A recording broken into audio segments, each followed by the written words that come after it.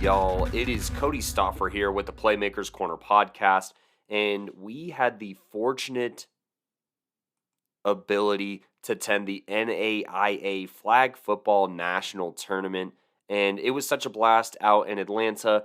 And just to kind of fill y'all in on who all was there and just kind of set the tone and the setting here for what was expected and what kind of went down. There were 12 teams out of the 20 NAIA programs that attended here, and they were split up into 4 pools here. And so the way that the pools worked is that there were 3 teams per pool, and obviously if you were one of the teams that went 2-0, you would stamp your approval or stamp your ticket, I should say, to the A pool bracket. If you were one of the teams that went 0-2, you would be in the B bracket. And then if you're one of the 1-1 teams, the tiebreakers for both that and the overall seeding were points against, then points for, then point differential here. That is something that is going to be interesting to note here heading into this tournament. For the A pool, you had Keiser, Baker, and Midland in that pool, and you will hear those game recaps from Gino. Myself, I had the B pool here with Warner, Weber, and Milligan here, which I will recap all of their matchups coming up here in a little bit. The C pool bracket, little bit of a mix of coverage for us here, as it had St. Thomas, Ottawa, and Campbellsville here. I get one of those games, Gino gets the other one, and then there are some fields on field 3 that we'll just have to do a score recap of since there were only 2 of us on the 2 out of 3 fields. And then the D pool here that had Kansas Wesleyan, Thomas, as well as Reinhardt University here. I get one of those games, Gino gets one of those games, and the other one will just be a brief score recap. But that is all of the recaps here that we'll have for the first day, and then that sets the tone for the brackets in the A bracket and the B bracket, those taking place over Thursday, May 9th, as well as Friday, May 10th for some of those games as well. So that's kind of the down low on all of these teams and programs. We had a great chance to talk to some players and some coaches on the 7th and talk about what their expectations were heading into the tournament. Go ahead and check those out on Tik Tok, Instagram, and whatnot, as we will post those slowly but surely all to our social medias. And then on the Wednesday, which is going to be this first set of 10 recaps here, those were all at the Franklin Gateway Sports Complex that's in Marietta, Georgia. That's about 20 minutes northwest of Atlanta. So that's all of the finite details here, and we can finally go ahead and jump into the games. Now, with all of the intros and formalities out of the way, let's go ahead and jump into the action here that was taking place on my field here. The first of 5 games of the day was between the Milligan Buffaloes and the Warner Royals here. Warner coming in as one of the higher seeds. They were a Sun Conference bye team in their 6-team format here, and Milligan here from an independent conference, at least in regards to flag football. So, starting off with the football is going to be Milligan here, and they come out in gun. Bridget Keiser at quarterback here, and the very first play of scrimmage, she finds Ashton Weirley, number 23, on a slant going from right to left, and she takes that all the way to the house on the opening play of this football game here, giving the Buffs an early 6-0 lead here and getting this Milligan sideline hyped. Warner here, they are used to this situation. They are meant for the big moments. They've been a program since the very beginning here, and so they come out nice, calm, cool, and collected here. Coming out with Kayla Ludwig at quarterback for the first time all season here, and her very first play is going to be a pass to Andrea Castillo here, the sophomore out of Panama, who picks up a first down. Now, an incompletion does follow, but Adriana Williams gets the next pass here, picking up about 5 yards. And on third down, there's going to be a throw to Bunting that sets up 4th and 4 here. And Warner is going to elect to go for it, even though they are in their own territory trying to get past midfield. They will find success, though, as Ludwig finds the snapper, Trinity Kieran here, who picks up a major first down to start this game.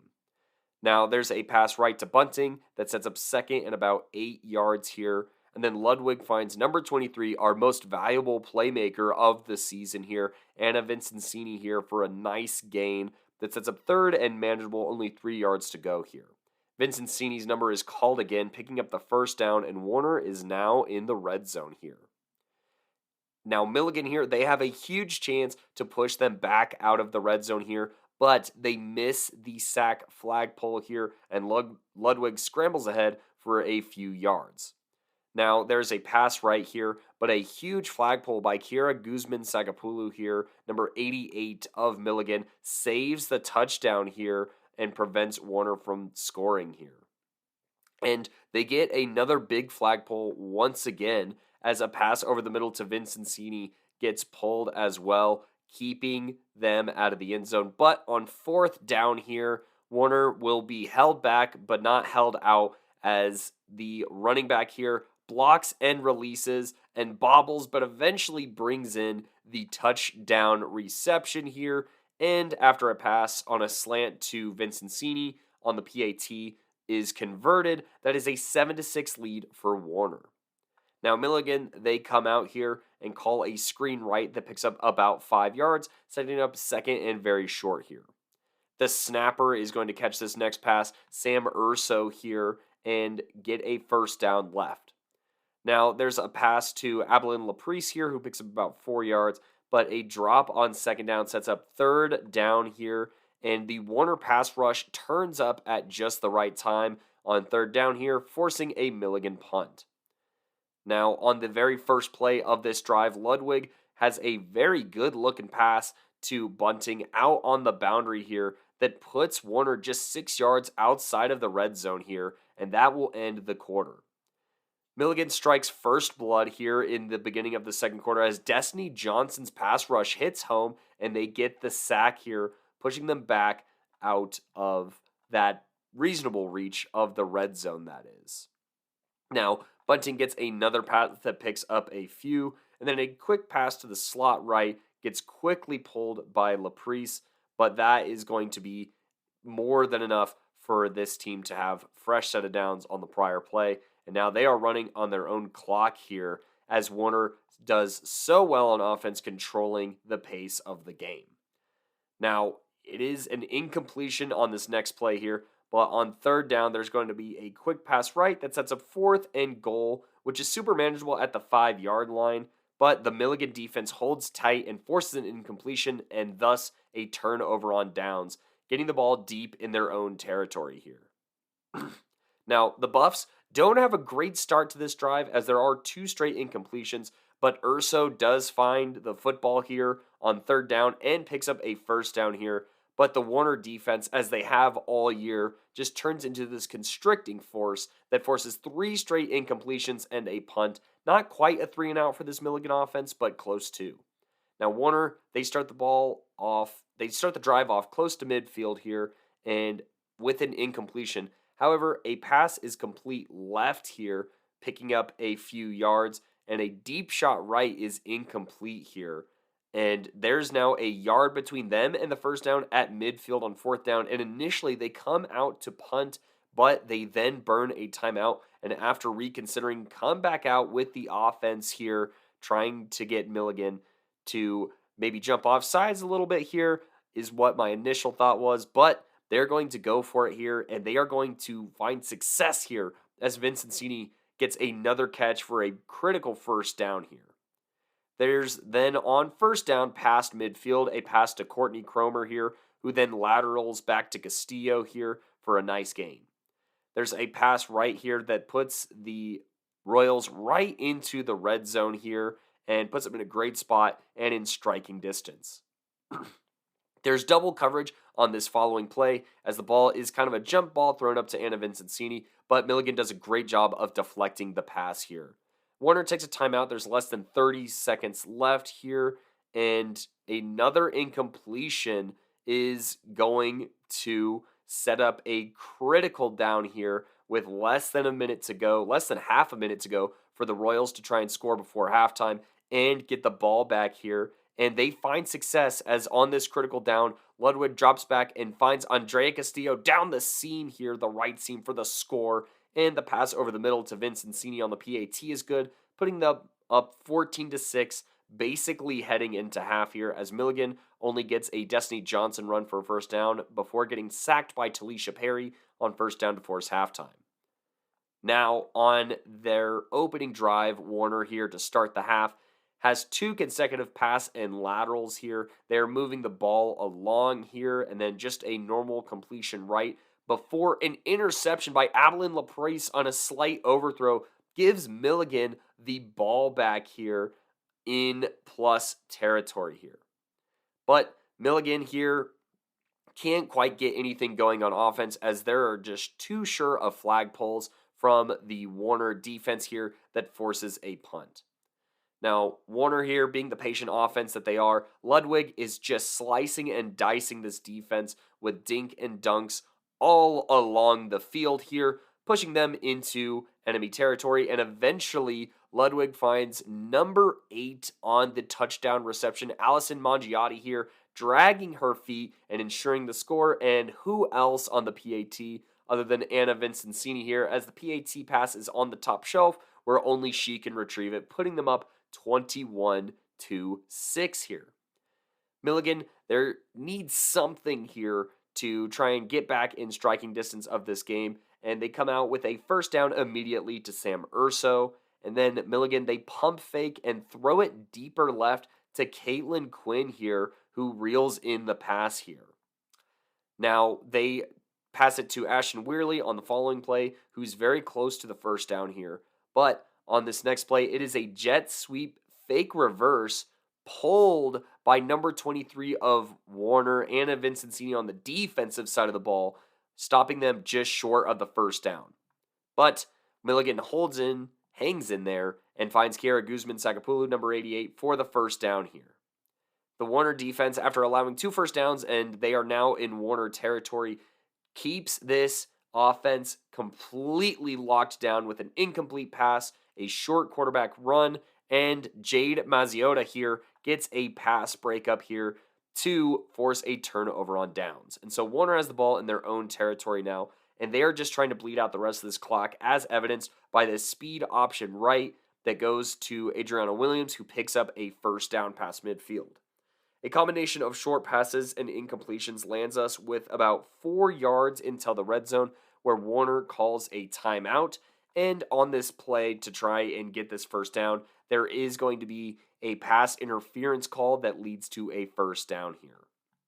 Now, while the first play is incomplete, there's going to be some great defensive plays here. Sakaya Newell has a pass breakup on this second down here. There's going to be great pass coverage in one-on-one nonetheless. Ludwig throws it up, and Blakely Ollis here makes a great play in coverage, forcing it to be a 4th and basically 20 situation here as the 2-minute warning hits, and Warner is forced to take a timeout, try and draw something up to get into the end zone here and officially put this game on ice. Although I think that 2 scores in 2 minutes without onside basically does it. And they just try and get their best playmaker the ball on a deep shot here. But Adeline Laprice is going to force a pass breakup and a turnover on downs. But this Milligan offense just has nowhere to go, as an incompletion and a quick pass to Caitlin Quinn predates a sack by Talisha Perry here, just causing havoc, and being one of the best freshman players in the country, will basically end this game here the same way that she ended the first half here. And so Milligan does fall to Warner 21-6, putting Warner at 1-0 and Milligan at 0-1 heading into the rest of pool play here. Coming up next, we have Milligan and Weber International. Hope y'all didn't go too far, as we are right back in the action. I stay on the same field here, but this time I have the Weber International flag football team squaring off against Milligan. Milligan to start with the ball once again in this game. And they get a quick pass over the middle to Adeline Laprice, and then another pass to Sam Urso here, but they are still short here of a first down, and eventually Jasmine Henry gets a sack and is going to force this Milligan squad to punt. Now, Weber here, they are getting huge chunk gains, including a massive catch and run from Sammy Gonzalez, who makes a few defenders miss and puts them all the way into plus territory here. On top of that, there's a big catch that puts them in the 10-yard line, but an illegal forward pass will lose them a down here and eventually land them on 4th and 11, where Weber International tries to take a shot, and Ashton Weirley makes a big pass breakup to force a turnover on down. So Milligan survives the Weber red zone trip here and now has the ball deep in their own territory. Urso does get a reception that picks up about 4 yards here.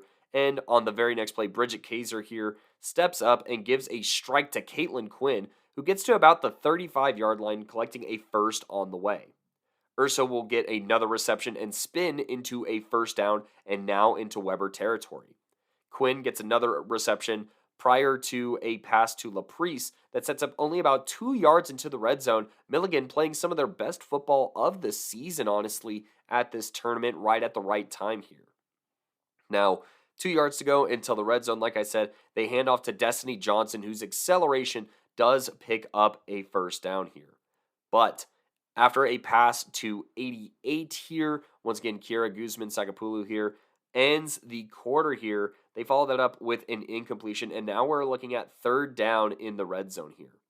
A pass to Urso keeps hopes alive here, and it is very short into the end zone here, and they just call a quarterback keeper with Bridget Keiser here, who does kind of get flipped over some defenders here, but the quarterback keeper dive is called short. And I am going to add on to this here. I could not necessarily tell if the ball extension was in. I don't know if she took off on her feet on her lonesome, honestly, because you're not really supposed to like dive for the end zone like that. But both of her feet were off the ground. That's why I assumed that they called the play dead basically at the 1 yard line. But these officials, this line judge in particular on this field today, you will find listening to my recaps, there are going to be a handful of these very close calls by the goal line that are going to be called short here. And so that's just kind of the vibe of this field for today here. And Weber survives this drive here and will now take over deep, like I said, in their own territory here. They get a little bit of breathing room with a pass just to, kind of get out of their own zone here. This is to the snapper, Brea. And initially, while it's just to create some breathing room, Cam does not get her flag pulled. There's a few missed flag pulls, and she almost picks up a first down. And the pass to Caitlin Sigmundi will pick up a first down. There's another pass right to Sigmundi, picking up about 7 yards on this next play. But Destiny Johnson of Milligan is not to be forgotten with her consistent pressure on this particular day, registering a sack on Sam Wilson. But this very next play here is going to be huge for Weber as Sam Wilson drops back and finds Zoe Mello over the middle, and she somehow does not get her flag pulled by like 3 different defenders who are all around her, and that gives a clear runway all the way to the promised land here. And with a PAT pass to Sammy Gonzalez being complete here, making a fantastic catch, mind you, that makes it 7-0. The Warriors lead. They came out to play yay here. And Milligan trying to respond now down in this game 7 zip. They're going to come out with a pass to Urso here, who bobbles it, but eventually reels it in for a first down.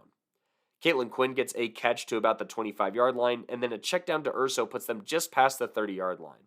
Jasmine Henry, however, of Weber always shows up at the most opportune times. The sophomore out of Inverness, Florida, gets a major sack here that is going to force Milligan to punt.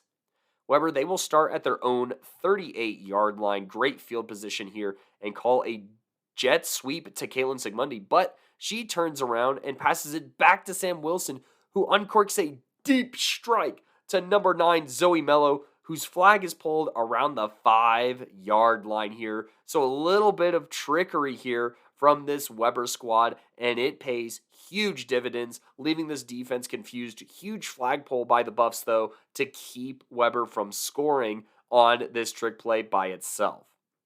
Now, on this very first play in the red zone, they're going to try and throw a fade up to Riley Bolster here.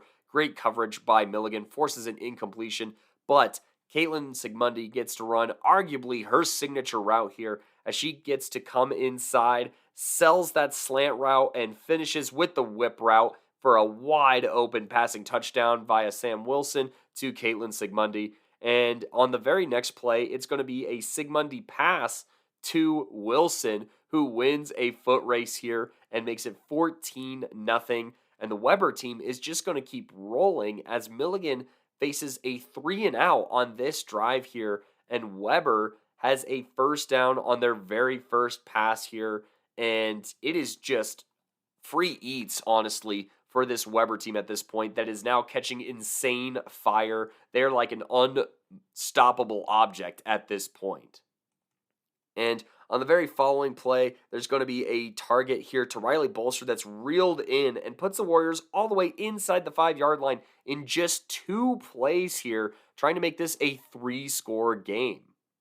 But there's going to be a few big plays here by Milligan to force this Weber team into a tough spot here on 4th down, where they're going to pass it to the snapper, and the refs are going to call this one just short of the end zone, and it's going to be a turnover on downs with just 41 seconds left in half. Like I said, these officials were pretty stingy down by the goal line here, and so it is not a surprise to me that this play is pulled and called just short. But Milligan is not fortunate enough, as the following play, they try a pass here, and that is going to bounce off the receiver's hands and into Sammy Gonzalez's hands here, and the senior will take it to the house here. And following that, a PAT with a jet sweep to Sigmundi is going to be good, making it 21-0 here. Milligan just trying to show some signs of life following that very tough out that they just faced with that pick 6. They're going to call a screen to Chloe Jackson, my apologies, who picks up a first down. Now, another pass and some good moves does get into Weber territory, but a deep shot will be intercepted by Cheyenne Durand of Weber, and that will take us to half. Weber leading 21-0. Now, Weber, unfortunately for Milligan, that is, does get to start this half with the football. And on the very opening play here, Sam Wilson is going to keep it herself for a first down here. Riley Bolser does catch a pass right here for a gain of a few on the following play. And then on 2nd down here, Wilson is rolling left, looking and scanning before shoveling ahead to Sigmundi, who gets all the way for a first down past midfield here. Wilson then uncorks a nonchalant pass over the middle to Jasmine Henry, who picks up about 3 yards, before passing right to Bolser, setting up 3rd and 6 into the red zone. There's a pass left to the running back Sammy G, who gets a first down, and along with the missed flagpole, gets all the way ahead to about the 11-yard line. Weber does take a shot to the end zone on this next play, but Ashton Weirley and Abilene LaPrice here both make a good play on the ball and break this up. They're both in the neighborhood. I'm not sure which one exactly gets a hand on it, but either way, this is a pass into double coverage. Now, there's a pass over the middle and a pitch that draws a hold penalty and puts Weber at about the 3-yard line, and Sammy Gonzalez excels in the red zone here, catching the pass right and accelerating for the score here, and Sam Wilson keeps it herself for the 28-0 lead. Now, Milligan, just trying to get something going at this point, finds Ashton Weirley deep left by a boundary nearly to midfield. A pass to Urso would pick up a first down, and then there would be 2 short gains that set up 3rd and about 7, but 2 incompletions would shortly follow and force a turnover on downs. Now, the initial Weber pass sets up about only a yard until midfield here, and then a pass left to Jasmine Henry does pick up that first down. Caitlin Sigmundi gets a pass here with 1 being broken up on the following play that ends the quarter. The Warriors dink and dunk their way all the way into the end zone once again here, and then the direct snap on the PAT to Sammy Gonzalez is going to be good, making it a 35-0 lead here. Milligan now playing for pride, trying to avoid a goose egg here in this pool play are, spoiler alert, going to do exactly that, but in some of the most fantastic fashion. One of the best plays of the entire tournament that I'd seen was followed by they start off pretty normal here. They pick up a first down here, and then Bridget Keiser does a lot here on this drive, winning a race for a first down to midfield here, showing that she has a little bit of that scramble ability here. And then another pass here to Kira Guzman-Sakapulu here is going to put them into the red zone here. And on their first play in the red zone, Bridget is going to just throw it up to Caitlin Quinn, who gets a absolute head-top touchdown reception here for Milligan, putting them on the board, just trailing them now 35-6. Weber will run out the rest of this clock, but like I said, this Caitlin Quinn Moss touchdown here is one of the best plays of the entire tournament, but that will unfortunately land Milligan for sure in the B pool here. I think it's more of the developmental kind of tournament here in my eyes here, which I'm not super surprised, but shout out to Milligan. They pushed Warner pretty well, I think, especially with that opening score, and they showed some explosiveness in their pool play games, and it will be worth following their progress here in the B pool, which we will get to at a later time in this episode. But for now, Weber, now 1-0, is getting ready to square off against Warner, also from their pool, at 1-0 as well. And now, one of the best games of the entire tournament, if not the best game of the entire tournament, in my opinion. We have the first Warner versus Weber matchup, the B pool matchup, to see who secures a spot in A, but with both these teams being cognizant that points allowed is one of the tiebreakers, this is going to be one of the more methodical games. I don't believe 50 combined plays were ran between these two teams. Lots of chewing clock here and lots of back and forth action. So let's go ahead and jump into it here. Weber getting the football first. And on the very first play from scrimmage, they come out with a deep pass to Caitlin Sigmundi here. You can't just leave her open like that, and she gets them just a yard shy of midfield. Now, there's going to be a pass left to Jasmine Henry, and she takes this pass all the way into the red zone here. And so in just 2 plays, the Warriors are in striking distance.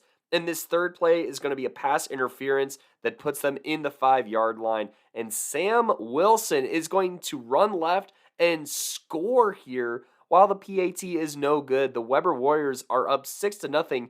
Just, let's see, what is that? 1, 2, 3, 4 plays into this entire game. And yeah, between obviously the explosive plays and the time consumption here on all of these plays, that is going to be quite the tone for the remainder of this game. Now, Warner here, not to be outdone, are going to try and come out and score, but the Warriors are feeling themselves, and Jasmine Henry, who just made a big catch on the prior drive, is actually going to register a sack on play 1 here. The Royals stay composed here. Ludwig shrugs that off and eventually finds Bunting on the second play from scrimmage for a first down. Ludwig then keeps it herself for about 3 yards here, and then finds Bunting on the very next play for a good gain here. Following that, there's going to be a pass down the seam to Vincenzini, who not only gets a first down, but gets all the way into the red zone here. And so we just have very explosive plays on offense, and not that many, as they are waiting until about 5 seconds left to snap the football, both of these squads here. And so they let the play wind down a little bit here, trying to create a methodical drive, and the very first pass left to Andrea Castillo picks up a few yards, and that is followed by another pass left to Castillo as well. Now, on third down here, Warner is going to try and take a shot, but Sammy Gonzalez here is going to bat down the pass here, setting up 4th and 5 here, and Warner is going to take a timeout here with 1:58 in the opening quarter here. Now, Warner, they come out and they are going to try and roll right here. And while there is a receiver open early over the middle here, they're trying to just squeeze this one in to one of their best targets, Vincenzini here. But Weber is prepared for that, and Sammy Gonzalez makes another pass breakup here, forcing a turnover on downs. Now remember, Warner takes this timeout in the first quarter, and just kind of store that in your brain for later in this half. Weber, deep in their own territory, however, has a quite the uphill battle to start this drive here. And, they at least get some breathing room here as Gabby Franjos here gets the reception, getting them out of their own 10-yard line. There's another pass to Gabby here that pushes them a little bit more forward, and then a quick snap to the running back, but an illegal contact penalty on Warner will give Weber the first down regardless to end this first quarter. Now we flip fields and heading the other way. There's going to be a pass left here for Weber that gets nearly to midfield before a pass over the middle is caught for a first. Now on first down here in enemy territory, there's going to be a pass to Brooke Vasile here, who picks up about 10 yards here. Another pass this time to Leah Bailey here, gains some yards and sets up about 3rd and 4. Now this third down pass is going to be incomplete, but they are going to keep the offense out there as they are almost to the red zone here. And Wilson on 4th down tries to squeeze it into a window here, but there's some nice physical coverage by Warner here that forces the incompletion, and they turn over on downs, giving them the ball on their own 23-yard line to start their offensive drive. Now there's going to be a pass to Bunting here, slow to get up here, a little bit scary. Luckily, she will come back into this game here, but not on the following play. As the following play, they go to number 10, Courtney Cromer here, who picks up about first down with 6 minutes to go in the half. Now there's another pass to Cromer here, who picks up about 7-ish here, but the pass down the right sideline is going to be intercepted by Weber here, giving them the ball on their own 12-yard line. And on this very first play here, they're going to throw it down the middle to their snapper, Bria Cam here, who gets about 6 yards here, setting up 2nd and 2. Jasmine Henry will catch the next pass, getting a first down, and Cam back again on the next play, catches for about 5 yards, and there's going to be the 2-minute warning. Now, Warner here dials up the pressure, and Adriana Williams, the freshman here, rotates in and gets the sack here, pushing them back quite a few yards here. Now, that was on 2nd down, so now it's 3rd down, and there's going to be a pass over the middle here to Bria here. That does not get to midfield, and Warner is going to take a timeout, and Weber will have to punt. Warner gets the ball on their own 19-yard line with about 50 seconds to go, and they're going to pass right to Vincenzini, who sprints ahead into Weber territory before finally being brought down, and they hurry up on the ball and pass it to number 43, Castillo here to the left hash, and take a timeout with about 24 yards until the end zone here.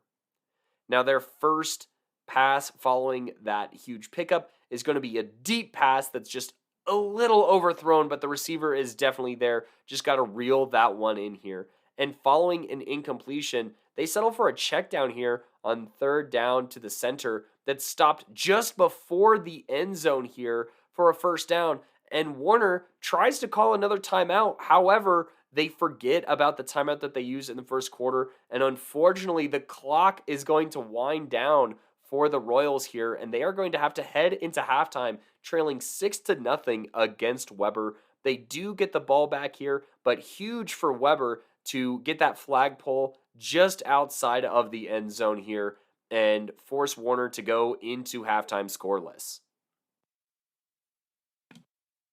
The Royals do start with the football here in the second half and get a first down immediately courtesy of Angeline Bunting. Now there's going to be a pass right here that is caught by 8 Mangiotti here for a few yards. And on 2nd down, Ludwig avoids a sack and sprints ahead, leaving only a yard until midfield. On 3rd down and 1, there's going to be a pass over the middle to Vincenzini, who catches for a first down and gets almost to the other 30-yard line. Now following that, a Bunting reception sets up 2nd and 3, and a shovel and pitch ahead does yield a first down.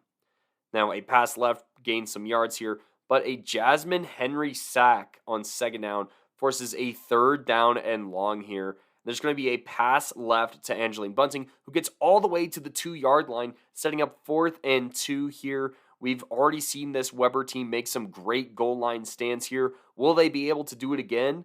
Not so much here, as Warner once again has one of the best players on the planet. They throw it over the middle to Anna Vincenzini here, who catches for the score, and the PAT is no good. So we have a tied ball game, 6-6 here between Warner and Weber, these Crooked Lake rivals, giving us another instant classic. Now, on first down here, there's going to be a pass that gets to the 19-yard line for Weber here that sets up second and very manageable. But a huge pass breakup by number 22, Madeline Portwood of Warner, is going to put them into a precarious 3rd and 1 here, where they take a shot down the field here. But Vincencini on the defensive side of the ball gets the pass breakup and forces an incompletion. On 4th and 1, in their own territory, though, Weber is going to go for it here, and they are going to throw it, and it's going to be caught by number 33, Leah Bailey, who gets the first down and keeps the drive and hopes alive here. Now, on the following first down play, they pass it right to Bolser, who gains a few, and then a pass over the middle is going to be tipped and caught, running ahead for the Warriors here to end the quarter. But a few incompletions to start the fourth quarter is going to result in a turnover on downs and give Warner the football here. They're going to pass it to Mangiotti, who picks up about 7 yards here, and then a pass down the right seam to Vincencini gets a first down and some, putting Warner inside of Weber's 30-yard line. Number 15 is going to make the next catch for Warner here. That is Angeline Bunting here that gets them into the red zone. Jasmine Henry responds herself with another monumental sack, pushing them out of the red zone here and forcing a few short and quick passes before another pass does get Warner here all the way to the 1-yard line. And they have 4th down and 1. And who else other than Anna Vincencini catches the touchdown here, putting them up 12-6 at this moment in time here. And she runs it back with another catch here on the PAT, putting them up 13-6. Warner did burn a timeout on this drive, but totally worth it as they take the lead here. Now Weber, not to be forgotten about here, they have a pass to Zoe Mello, who picks up a first down, and then a pass deep that is not quite brought in here. Now, they settle here for an out route to Riley Bolser here, but upon the catch, there's going to be multiple missed flag pulls by the Warner defense here, and no one is going to be able to catch Bolser, the volleyball turned flag football star here, as she makes her way all the way into the end zone here, making it 12-13 here. But with this points against points for, with all these tiebreakers in mind here, we are going to see Weber go for the win here, try and earn that bye or put themselves in a spot to potentially earn a bye here, and call a 2-point attempt here that they're going to throw right to the right corner of the end zone, and that's going to be intercepted by number 43 of Warner here. Andrea Castillo making a huge play. She's been making plays on offense here all day, and this interception will put them in a great spot here to run out the remainder of the clock here as they get a quarterback keeper on first down and a pass right to Bunting that does get a first down out of their own territory, and they will be able to kneel this game out, winning 13-12 and putting themselves in the 2-0 spot, making them the first team to clinch a spot in the A pool tournament. And Weber here is going to have to wait for the results of a few more games here, as they allowed 19 points. And so if two teams allow less than 19 points heading through the rest of this tournament, they will be forced to play in the B pool bracket. But if only one team allows less, then they will be able to advance to the A pool tournament. But that is Warner winning this edition of Warner versus Weber 13-12. Now, the following game that I had on this field, not super close here, so I'm going to just go through a little bit and then talk about a lot of the box score here, as it was Campbellsville versus Ottawa here. Ottawa, obviously the 3-time defending national champs, and they start off here with a pass left to Jaslyn Camacho that gets first down to about the 30-ish yard line. Then a direct snap to Orsburn, who goes for a first down past midfield.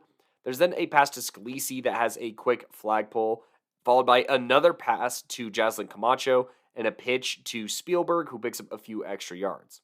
It's now 1st and 17 inside of the red zone here when Campbellsville gets a nice pass breakup from number 2, Olivia Knopfsinger here, but that is only going to delay the inevitable here as Ottawa eventually finds Jaslyn Camacho wide open, and then a great catch by Alyssa Linkus on the PAT is going to put them up 7-0.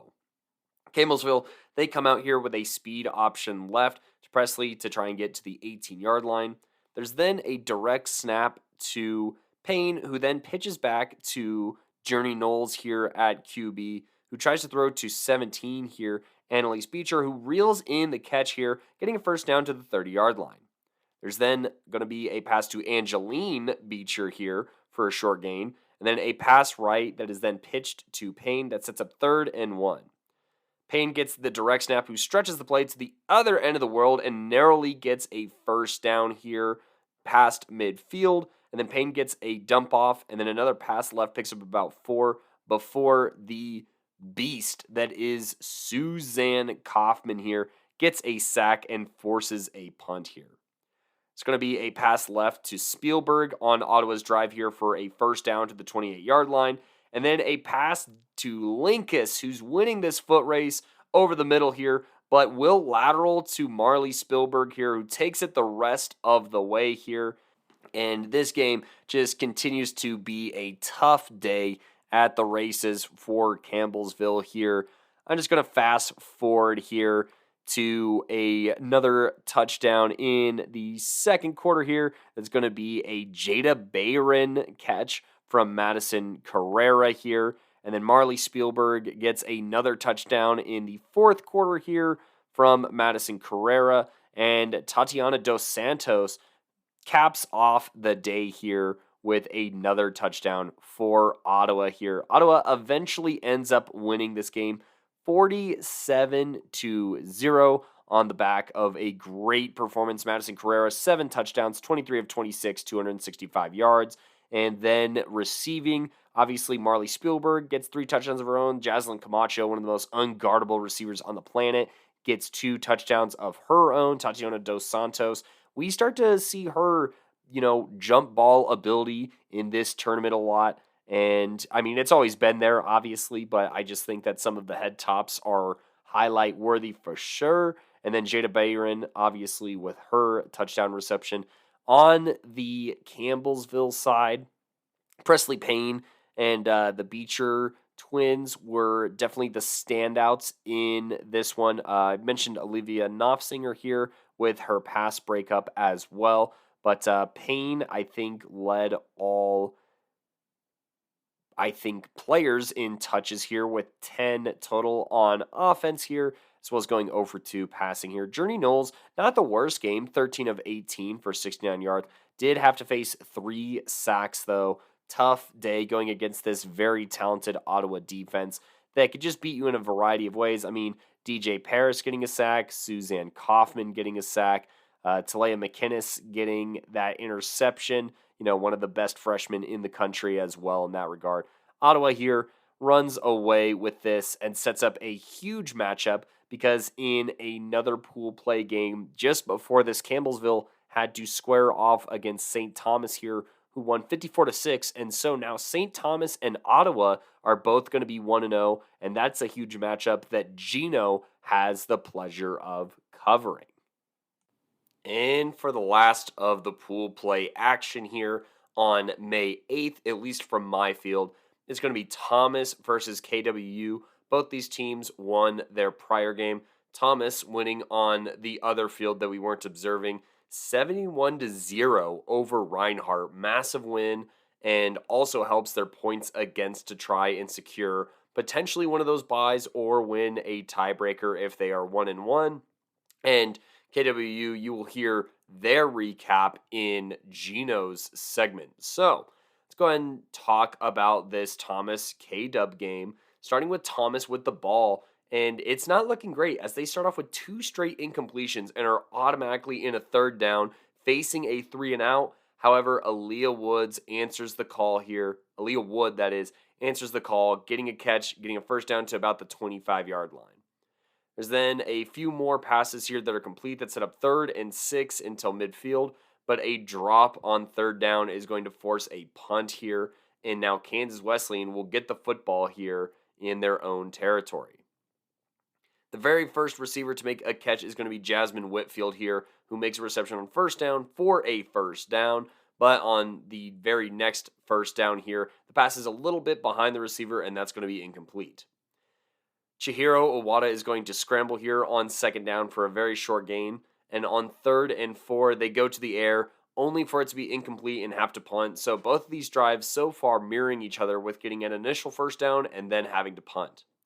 Thomas will get the ball on their own 19-yard line, and the Kansas Wesleyan rush hits home here and forces an incompletion. The Nighthawks respond with a pass to Maddie Hoagland here, who tries to lateral, and it's not quite there, but still that reception by the freshman is enough for a first down. Now there's going to be a check down to Kiana Cole, who runs upfield and then tries to lateral here, but the missed lateral pushes them way back than they would have been here. And there's definitely some frustrations on the sideline here, and that is further amplified as, there's a throw here on 2nd down to a Cole that sets up 3rd and 6, but a drop on 3rd down leads to a punt. So just a little bit of misfiring here from the Thomas offense early. Now, Kansas Wesleyan with a chance to take a lead here has an incompletion to start their drive, but Owada throws back to her blocker, who picks up a first down here. Her snapper being Alexis Jimenez on this play, or blocker being Alexis Jimenez, and picking up a first down. Then, on 1st down, Owada winds up and uncorks a deep shot to Jasmine Whitfield, who not only catches it, but has plenty of green ahead of her, and no Nighthawks are able to catch her as she goes all the way for the touchdown here. And the PAT attempt, point after attempt that is, to Angel Roman is caught and good here, putting Kansas Wesleyan up early 7-0 here. Now they may be down, but this Thomas team is anything but out here as they start to really click on this next drive with a pass to Nakira Brown that picks up a first down, followed by a pass to Giselle Jones here for a nice chunk. And there's also going to be a flag here that provides a first down just a yard shy of midfield. An incompletion predates a floater down the right seam to Aaliyah Wood, who makes a tough grab, reaching for the top shelf, fully extending for a first down and garnering a pass interference call.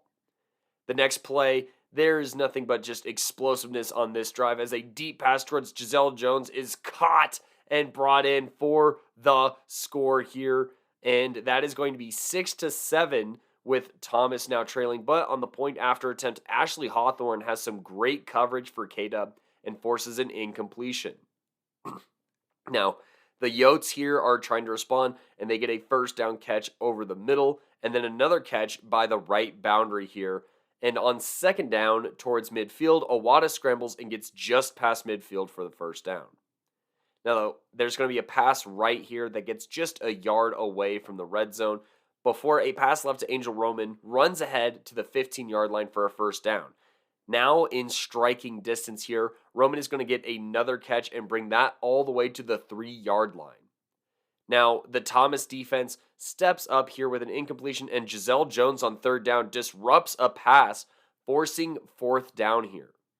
On this 4th down and 3 here, they snap it to Owada, who looks left, looks right, passes it to Roman, who extends and is going to be called short. Like I said earlier in this segment, these officials were very stingy by the red zone here. I'm sure that most of these red zone close calls were actually touchdowns, but that is not how it is called here, and it is a turnover on downs here. And Thomas, from their own 1-inch line here, is going to buy some major breathing room with their very first pass. And this drive does not take them long to cash in as they pass it right to Aaliyah, who pitches it to Nakira Brown, who wins the full sprint race for the touchdown here. The PAT is no good. However, Thomas now owns a 12-7 lead early here. Now, this game is super action-packed very early here, and Kansas Wesleyan is hoping to respond and regain the lead here, but an incompletion and a drop sets up a tough third down here, and the snap is a bit outside of Awada's frame. She reels it in and is flush right, but throws an ill-advised contested pass that is tipped and intercepted by Janae Scott here, one of the GOATs at her position and of this sport so far. And Thomas is all of a sudden in the red zone here, and they waste no time getting the ball to Kiara Knight, who's wide open over the middle all the way to the 7-yard line.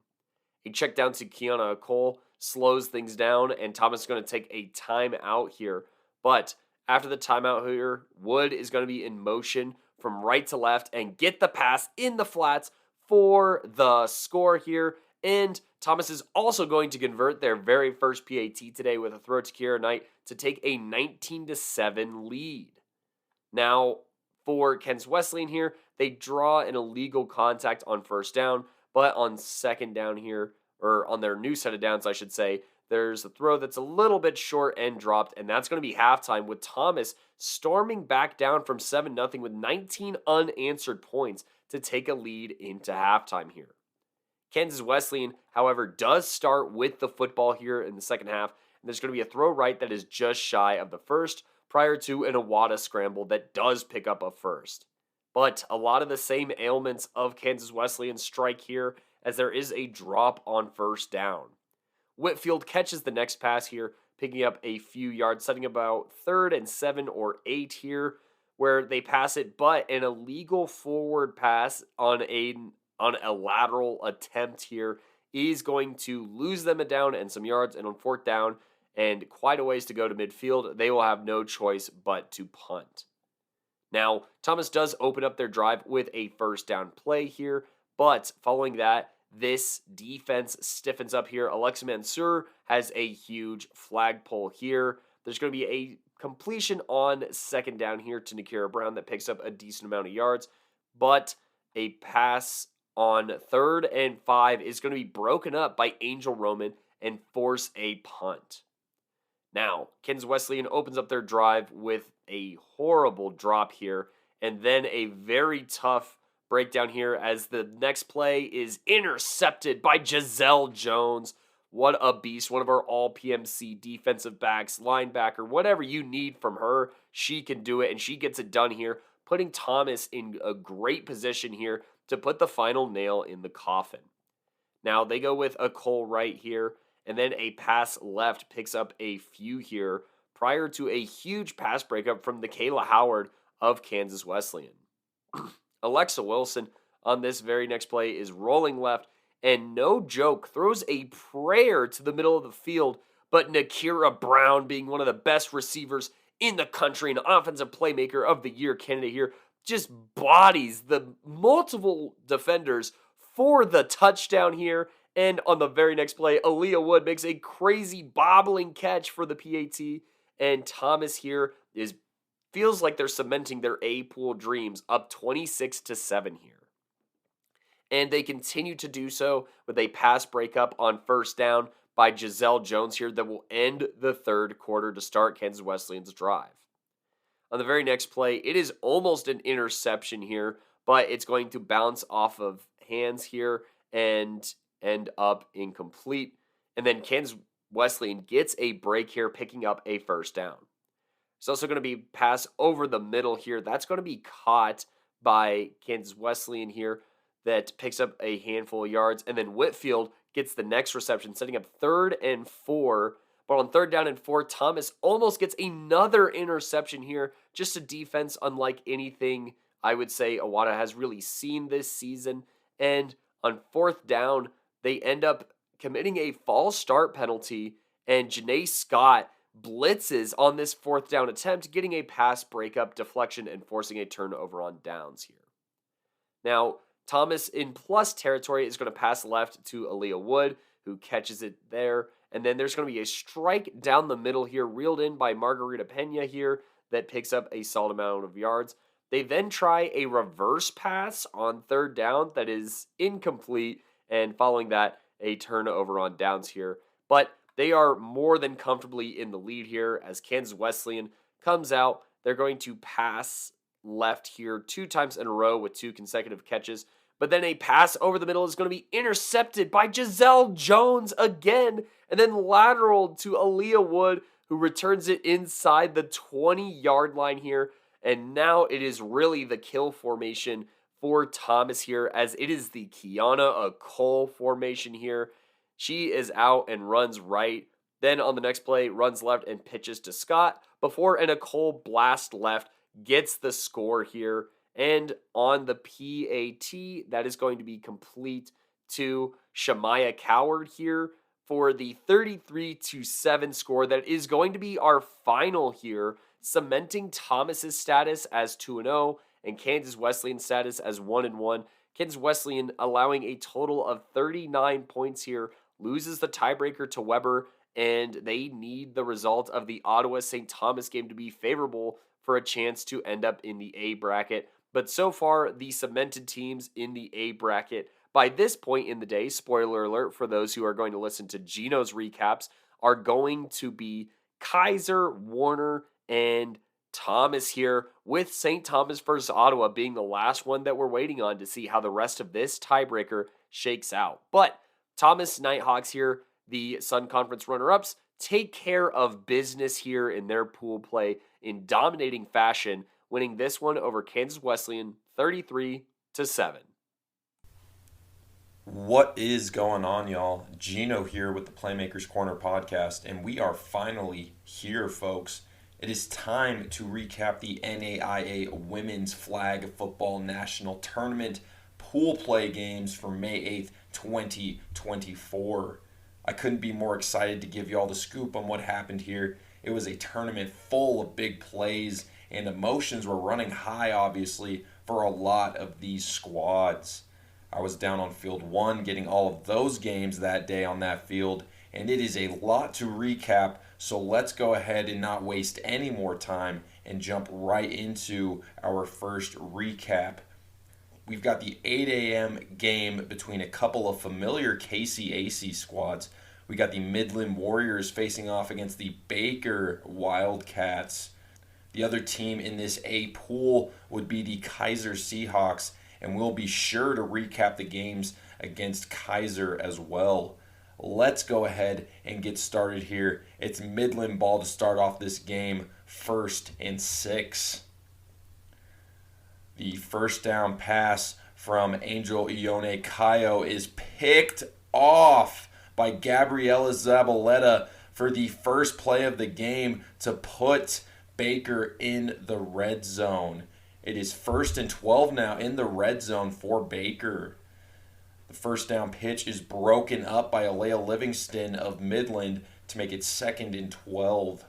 And then a pass over the middle from the QB, Sinija Waller, to Destiny Martinez goes for about 6 yards to make it 3rd down and 6. On 3rd down, Sydney Red gets a clutch flag pull on a pass over the middle to make it 4th down and about 1 yard. And then a false start on Baker makes it 4th and 6. On 4th down, the pass over the middle from Sinija Waller is caught by Logan Hearn for a diving touchdown grab there. It is 6-0 now early in the first quarter. And then a pass to Destiny Martinez on the extra point makes it 7-0 Baker. On Midland's next drive, they would end up going 3 and out here as Kayla Harrison and Logan Hearn of Baker made some big-time plays to force that 3 and out. It is now 1st and 8 for Baker following the punt. A handoff to Kayla Harrison goes for a few yards, and then a quick hitter to Logan Hearn for a first down across midfield. 1st and 19 now. A quick pass over the middle is dropped, and then a reverse to Jalen Harris for a nice gain gets Baker near the red zone. On 3rd and 2, a pass is broken up by Olivia Millsop of Midland to make it 4th down and 2. Offsides on Midland on the next snap forces a first down into the red zone for Baker. On 1st and 17, Sinijah Waller hits Jalen Harris on a post over the middle for a nice gain to get the Wildcats near the end zone here. On 2nd and 3, a QB keeper gets shut down by Naomi Rupina Tuaeo. Sorry if I mispronounced that there. On back-to-back plays to make it 4th and about half a yard. Sinijah Waller keeps it up the middle on 4th down, and that will be a Baker touchdown. It is 13-0 now. Elysiana Patterson broke up the extra point in the back of the end zone, so we got a 13-0 score here still in the first quarter. It is 1st and 6 for Midland now. Janae Ferdinand gets a pressure and forces a bad pass, and then a deep pass to Alyssa Butler is overthrown to make it 3rd and 6, and that will be the end of the first quarter here, folks. Baker leads Midland 13-0. Angel Ioane Kayo nearly gets sacked, but she is able to check it down to Jocelyn Lopez for a 1st down. It is 1st and 15 now. Skip ahead a couple plays, a screen pass to Aaliyah Livingston, and she takes that for a big gain near midfield, 3rd and 2. A pass is overthrown on 3rd down to make it 4th and 2. And then on 4th down, Faith Phillips breaks up a pass to force the clutch turnover on downs. It is now 1st and 18 for Baker across midfield. A pass over the middle to Jalen Harris goes for about 8 yards, and then Waller decides to keep it and pitches it back to Destiny Martinez for a 1st down for the Wildcats into the red zone. On 1st down, Sinijah Waller throws a dot to Faith Phillips, who burns her defender and takes it into the end zone for a Baker Wildcat touchdown. The Wildcats now have a commanding 19-0 lead here early in the second quarter. It is 1st and 6 for Midland now. A pass is thrown behind the receiver to make it 2nd and 6. And then Angel pitches it back to Aaliyah Livingston on a power option, and Livingston keeps it for a huge gain across midfield. And then a defender lays her out near the sideline on the flagpole. So that will be unnecessary roughness added on to that play to make it 1st and 7 in the red zone here for the Warriors. Angel keeps an option for 4 yards. And then on 2nd down, a pass over the middle to Mayana Sigers for the touchdown. It is now 19-6. The extra point got broken up, so it will be 19-6 here midway through the second quarter. 1st and 6 here for Baker. A pass over the middle to Destiny Martinez goes for 5 yards, and then Sinijah Waller keeps it for a 1st down. On 1st and 18, Waller keeps it again for a nice gain, 2nd and 10 now, and that takes us to the 2-minute warning. A pass over the middle to Destiny Martinez near midfield makes it 3rd and 1. And then on 3rd down, a slant to Jalen Harris for a 1st down, but unnecessary roughness stops the clock and makes it 1st and 10 here for the Wildcats across midfield. A swing pass to Kayla Harrison for a few yards makes it 2nd and 7, and there is about 1 minute left now. A power option pitch to Harrison gets the Wildcats into the red zone, 1st and 16 now, and Baker will call timeout here with under a minute to go. Following the timeout, a pass to an open Harrison on a vertical route, plus a flag on Midland makes it 1st and half a yard here. Unnecessary roughness on a QB run on 1st down makes it 1st and half a yard again, and that stops the clock. On 1st down, Sinijah Waller keeps it up the middle for her 4th touchdown of the half, folks. 25-6 is the score now. And then Destiny Martinez caught the extra point over the middle, so it is now 26-6. Baker with a dominating lead here heading into halftime. Following the halftime break, it is Baker ball, but they would end up punting here on the first drive of the game after getting the initial first down. 1st and 15 near their own end zone for Midland following the punt. A power option goes for 1 yard, and then pass interference makes it an automatic first down. 1st and 7 now here for the Warriors. Kayla Harrison shuts down a power option for a sack and a loss of a yard. And then on 2nd down, Faith Phillips swats away a deep pass, but it is still somehow caught off the tip by Alyssa Butler for a first down across midfield here. Yeah, Faith Phillips definitely could have picked that one off, but she instead went for the swat, and it was just hanging in the air there. So that was an easy catch there for Butler for a big play here for the Warriors. A deep pass is incomplete to make it 2nd and 6, and then pass interference on Baker on a deep pass into the end zone makes it 1st and 17 into the red zone here for the Warriors.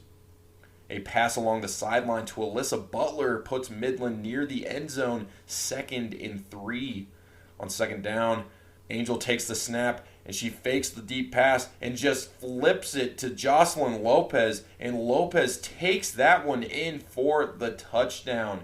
26-12 is the score now. And that would be your final score in this one as the Baker Wildcats get the 26-12 win over Midland to start off the tournament with a 1-0 record.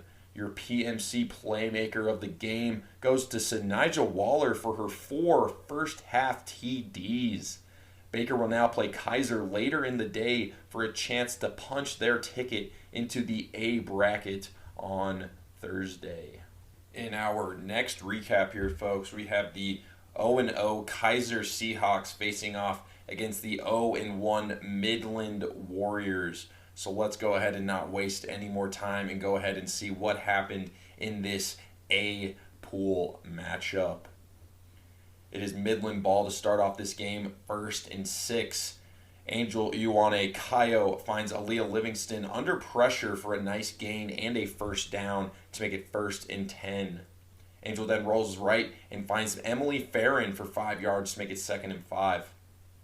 On 2nd down, Emma Wagenman of Keiser gets the pressure and forces a bad check down pass incomplete to make it 3rd and 5.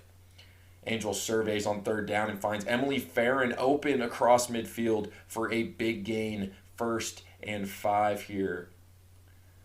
On 1st down, Kennedy Foster stops a rush short of the first down to make it 2nd and 1. And then tight coverage from Samaya Bryant forces an incompletion over the middle, 3rd and 1. On 3rd down, a sidearm pass to Mayana Sigers gets the Warriors a first down into the red zone. It is 1st and 19 here for Midland, and they are looking nice here to start off this game. Angel then finds Alyssa Butler over the middle for 5 yards, and then a check down pass to Mayana Sigers goes for a couple more yards to make it 3rd and 12. A pass to the end zone is caught, but the receiver is just barely out of bounds. It will be 4th and 12 for the Warriors. On 4th down, Angel is flushed out right, and her pass falls short, and it will be a turnover on downs. 1st and 8 here for Keiser following the turnover on downs. A quick pass to Brianna Hernandez-Silva goes for 5 yards, and then Hernandez-Silva takes a screen on the next pass for a first down to make it 1st and 19. On 1st down, Ashley Clam nearly makes a head-top grab, but it slips out of her hands at the last second, so it will be 2nd down. On 2nd down, Olivia Millsop makes a great play on the ball and breaks up a pass to make it 3rd and very long. On 3rd and long, some 2 QB action here as Haley Young hits Brenna Ramirez for a big gain near midfield to make it 4th and 2. On 4th down, Keiser is going for it here, and Jasmine Roden rolls out left and pitches it to Brenna Ramirez for a first down across midfield. 1st and 18 here for the Seahawks. On 1st down, Haley Young hits Brenna Ramirez in stride on a post for a big gain into the red zone. 1st and 20 now for the Seahawks. On first down, Haley Young lobs it up, and Ashley Clam makes a head-top catch over the defender for a touchdown. It is 6-0 Keiser. And then the extra point would make it 7-0. Keiser has an early lead here over Midland. Midland would go 3 and out after Emma Wagenman got a big-time sack on third down. She is making some big plays here to start off this tournament. It is 1st and 3 near midfield for Keiser following the punt. Jasmine Roden rolls out right and throws a dime to Brenna Ramirez, who makes the diving grab for the first down into the red zone. 1st and 9 here for the Seahawks. A pass to Brianna Hernandez Silva goes for 4 yards, and then a pass to the end zone is overthrown, so it will be 3rd and 5. Alea Livingston gets a flag pull on a QB keeper, so it will be 4th and 3. On 4th down, Jasmine Roden finds Brenna Ramirez on the slant for a touchdown. 13-0 Keiser, and the extra point was stopped, so it is 13-0. Midland would go 3 and out here on their next drive again, with Emma Wagenman continuing to dominate in this one. Midland just does not have an answer for her. 1st and 2 here for Keiser following the punt. Roden finds Ashley Clam on a crosser for a first down to make it 1st and 11. Hernandez Silva catches it near the sideline, so it will be 2nd and 3 now. And then Jasmine Roden keeps it for a first down into the red zone. 1st and 10 here. Roden then keeps it again for a couple yards, and that will take us to the 2-minute warning. A pass to Ashley Clam near the sideline goes for 6 yards. And then a reverse to Valentina Finetti, who finds Kennedy Foster open in the end zone for a touchdown. Keiser leads now 19-0. And then Finetti connects with Foster again for the extra point. So Keiser now has a commanding 20-0 lead here in this game. So it will be 1st and 6 here for Midland following that score. A check down to Jocelyn Lopez goes for a couple yards, and then a quick out to Aaliyah Livingston for a first down to make it 1st and 17. A quick pass to Alyssa Butler goes for 5 yards, and then Aaliyah Livingston gets it again for 3 yards to make it 3rd and 9. A check down to Jocelyn Lopez and a pitch back to Aaliyah Livingston goes for 6 yards to make it 4th and 3, and Midland will call timeout here. Angel launches one deep following the timeout, and it is caught by Aliciana Patterson, who makes an amazing grab there for a first down here into the red zone. 1st and 4 for the Warriors, and Keiser calls timeout following that big-time catch from Patterson. Following the timeout, Emma Wagenman gets the pressure and forces an incompletion to make it 2nd and 4. Then another incompletion to make it 3rd and 4 with 11 seconds remaining. On 3rd down, Angel Ioane Kayo rolls out right and hits Alyssa Butler in stride for the touchdown.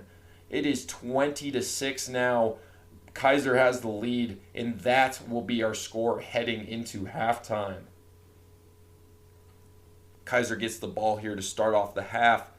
Haley Young passes it to Jasmine Roden, who hits Adriana Rodriguez for 6 yards, plus a holding flag makes it 1st and 15.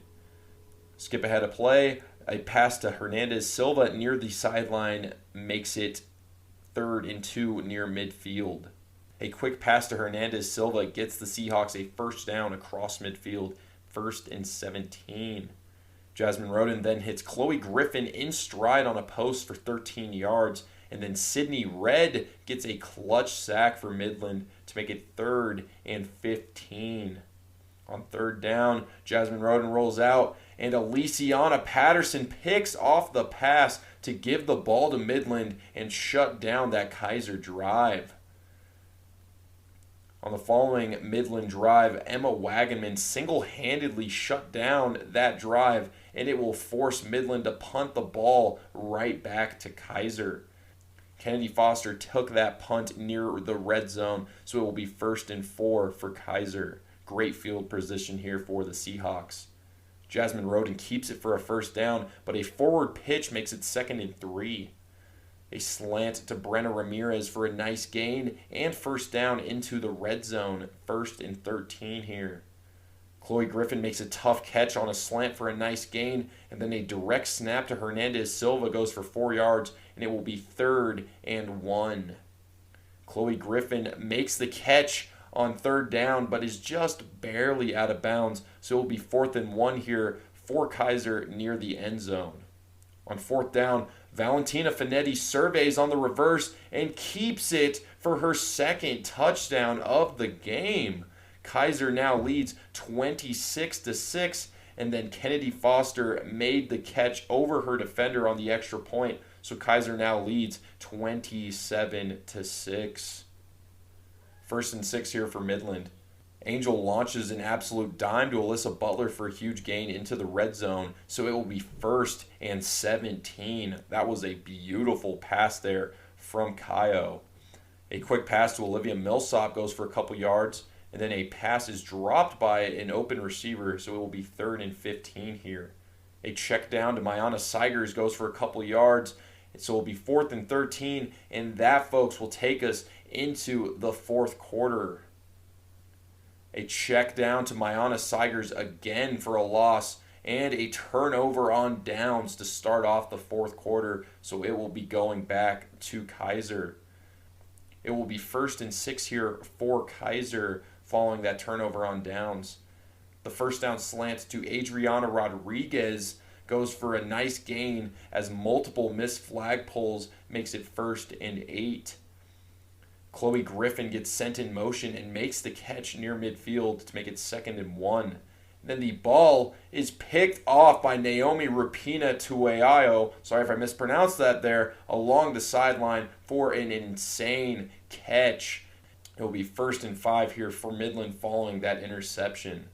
Alyssa Butler makes a jumping grab for a first down, and then Emily Farron gets a catch for the first down across midfield. Sophia Caprio breaks up a pass to make it 2nd and 15, and then on 2nd down, Sydney Woodman, your PMC Defensive Playmaker of the Year, picks it off and takes that one across midfield for a big-time return there. It is 1st and 5 now for Keiser.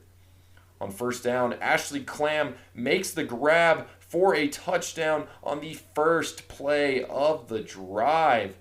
And then Kennedy Foster grabs the 2-point conversion, so it is 35-6 now. Keiser has a demanding lead. 1st and 6 here for Midland following that score. A penalty on Midland makes it 1st and 11, and then a slant to Alyssa Butler goes for 4 yards. And then a slant to Aaliyah Livingston for a big gain near the red zone. 1st and 3 here for the Warriors. A pass to Alyssa Butler over the middle for a first down into the red zone. And then skip ahead a couple plays. It is the 2-minute warning. A run play is stopped for a short gain. And then a pass to Emily Farron in the end zone is incomplete. So it will be 4th and 15, and Midland will call timeout here. An incomplete pass makes it a turnover on downs, and Keiser will get the ball back here. Keiser would end up running the same screen to Brianna Hernandez Silva on 3 straight plays for a first down across midfield. And then the same play again twice to make it a first down into the red zone. 1st and 8 here for Keiser, and they will call timeout. Following the timeout, Jasmine Roden finds Kennedy Foster in stride in the end zone for the touchdown. And then Chloe Griffin makes the catch on the extra point. Keiser dominating this game. On the last play of the game, Ashley Clam picks off the pass. So Keiser will get their first win of the day here with a 43-6 win over Midland to move to 1-0 in pool play. Your PMC Playmaker of the game goes to Ashley Clam for a 2-touchdown performance plus that game-ending interception. In our next recap here on Field 1 of pool play of the Women's Flag Football National Championship Tournament, We got the Kansas Wesleyan Coyotes of the KCAC taking on the Reinhardt Eagles of the Sun Conference. Now, prior to this game, I do have to note that there were two players fighting on the Reinhardt sidelines, and these were both Reinhardt players, and both of these players would end up kicked out of the tournament, so that is a big loss for the Eagles. I won't say who the players were, but I will say that these players do have a big impact on how this team plays. But with that being said, it is Reinhardt ball to start off this game, 1st and 6, but the Eagles would end up going 3 and out here on their first drive, and they would end up punting it to Kansas Wesleyan. The punt return is taken across midfield, so it is 1st and 19 for Kansas Wesleyan to start their first drive of the game. A pass to Kieran DeQuee from an MVP finalist, Chihiro Awada, along the sideline for a nice gain to make it 2nd and 4. Then a misplay following that. A first down into the red zone makes it 1st and 18. And then following 3 straight incomplete passes, a pass to Jasmine Whitfield falls short of the end zone, so it will be a turnover on downs. It is 1st and 18 now near the end zone for Reinhardt. A pass is tipped by Jada Reese on the rush to make it 2nd and 18, and then the receiver Adriana Brustmeyer makes a grab on a slant and takes it near the first down to make it 3rd and 3. The Eagles QB, the freshman Alicia Wyatt, keeps it for a first down. It is 1st and 19 here. A pass deep to Brustmeyer is incomplete, and then a check down to Jada Vick is stopped by Angel Roman for no gain. And then an incomplete pass makes it 4th and 19, so the Reinhardt Eagles will punt it again here. It is 1st and 6 near midfield for Kansas Wesleyan following the punt. A pass to Jasmine Whitfield along the sideline, and she takes that across midfield for a nice gain. It is 1st and 13 now. Chihiro Awada rolls out right, and she dots up Whitfield again along the sideline for a first down into the red zone. And that will take us into the second quarter here. Still 0-0 in this game. On the first play in the second quarter, Awada finds Nakia Lloyd in stride for 10 yards, and it'll be 2nd and 7. On second down, Awada rolls out left and throws it across her body to Lloyd for a touchdown. Kansas Wesleyan has an early 6-0 lead now after the extra point was no good. It is 1st and 6 here for Reinhardt. A check down to Kalia Wimbush goes for 5 yards. And then on second down, Jada Wilson picks it off and puts Kansas Wesleyan into the red zone. It is 1st and 10 for Kansas Wesleyan after that pick from Wilson. Awada keeps it on first down for 5 yards, and then Awada finds Angel Roman, who makes an airborne catch to make it 3rd and 1, just short of the touchdown. On third down, Awada rolls out right and finds Jasmine Whitfield in the end zone for a Coyote touchdown. The extra point is good, so Kansas Wesleyan now has a 13-0 lead here in the second quarter. It is 1st and 6 now for Reinhardt. The pass is underthrown, and then on second down, the pass is picked off by Angel Roman in the red zone. So now it is Kansas Wesleyan ball once again, 1st and 11 for the Coyotes with about 5 minutes left here in the second quarter. It is 1st and 11 now for Kansas Wesleyan with 5 minutes left. Skip ahead a couple of plays, an illegal block makes it 2nd and 22, and then a pass is dropped, and then a short pass goes for 10 yards to make it 4th and 12. An incomplete pass following that will be a turnover on downs, and that takes us to the 2-minute warning. It is 1st and 8 for Reinhardt following the 2-minute warning. On the first play of the drive, Alicia Wyatt hits Adriana Brustmeyer in stride, and she burns the defense for a touchdown on the first play of the drive. That makes it 13-6 here deep into the second quarter, folks. It is 1st and 6 now for Kansas Wesleyan. I missed a couple of plays but it is now 3rd and 1. Awada finds Jasmine Whitfield on a crosser, and she goes out of bounds, 1st and 16.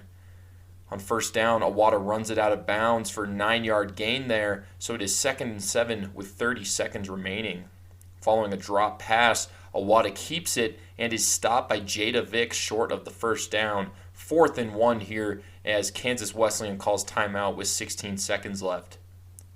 On 1st down, Awada finds Angel Roman for a 1st down to make it 1st and 12, and Kansas Wesleyan calls timeout once again here, 11 seconds remaining. Following the timeout, it is Jada Vick who picks off the pass with 5 seconds left, and that will take us into halftime. Kansas Wesleyan holds a 13-6 lead here over the Reinhardt Eagles at halftime. Here in the second half now, it is 1st and 6 here for Kansas Wesleyan. Kieran DeQuee takes the slant for a big gain and 1st down to make it 1st and 8. Then on 1st down, Awada finds DeQuee again on a curl route for a 1st down across midfield to make it 1st and 17. Following an incomplete pass, Awada avoids the sack and keeps it for 4 yards, dancing around in the pocket there, 3rd and 12. And then on 3rd down, it is Jada Vick who gets the big-time sack to make it 4th and 20, and Kansas Wesleyan will set up to punt here. Jada Vick having a big-time game on defense. Reinhardt actually goes 3 and out after Alexa Manser swats down a pass on 3rd down. So Kansas Wesleyan will get the ball back here. 1st and 16 following a punt. A pass to Kieran DeQuee gets the Coyotes near the 1st down, 2nd and 2. Following an incomplete pass, a pass to Angel Roman for a 1st down across midfield makes it 1st and 16. And then Awada connects with Jasmine Whitfield in stride for a big-time 1st down in the red zone, 1st and 19. On 1st down, Awada finds Alexis Jimenez over the middle, and Jimenez runs it in for the Coyote touchdown.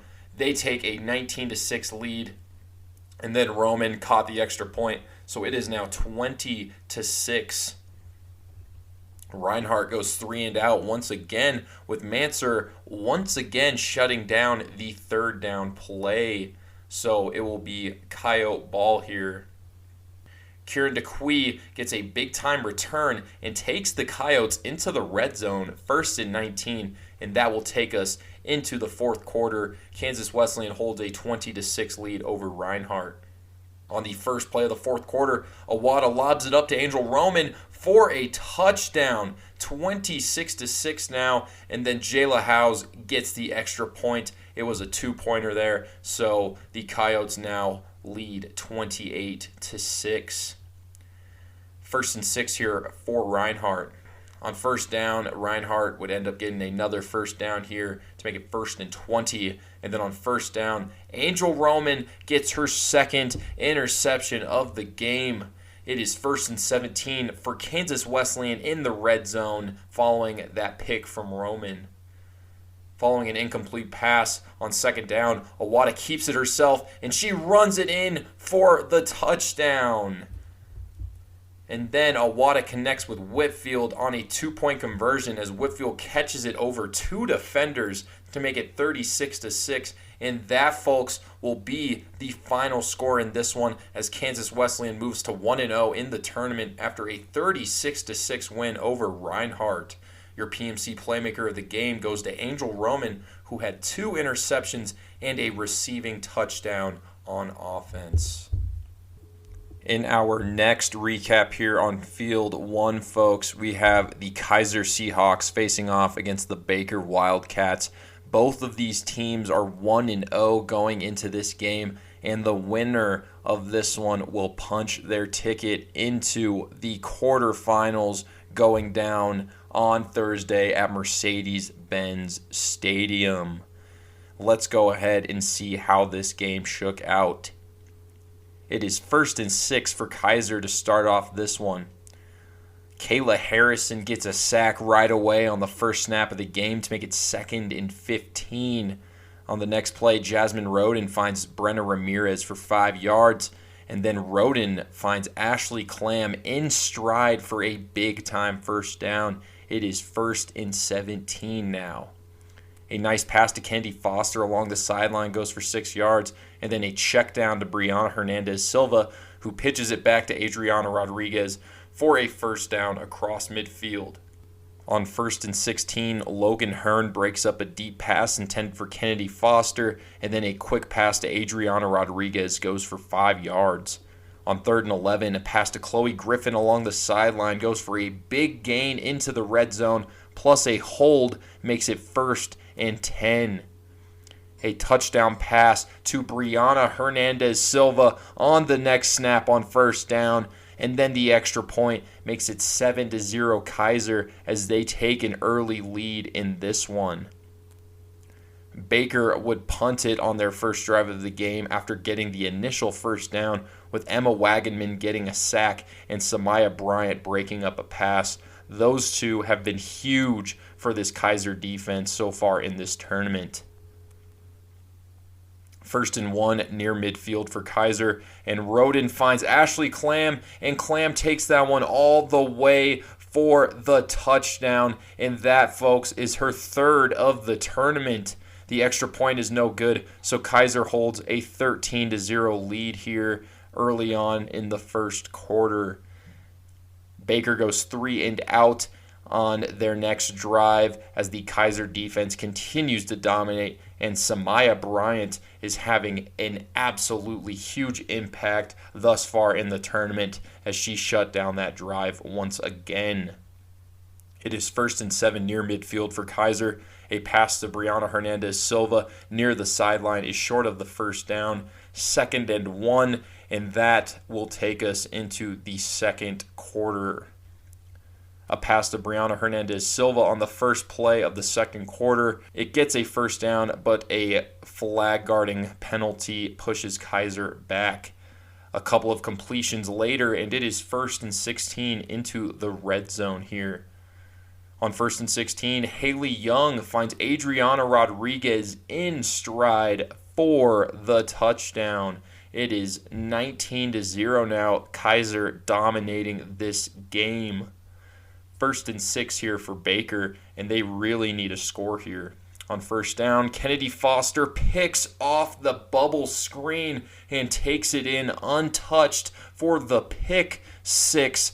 That is Foster's 3rd touchdown of the tournament and her 1st on defense, as Keiser takes a 27-0 lead following a 2-point conversion.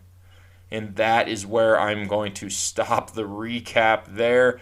From that point on, Ashley Clam caught another touchdown for her 4th of the tournament, and then Haley Young had a crazy touchdown reception on a deep throw from Jasmine Roden, and then Sinija Waller connected with Jalen Harris to make it 39-6.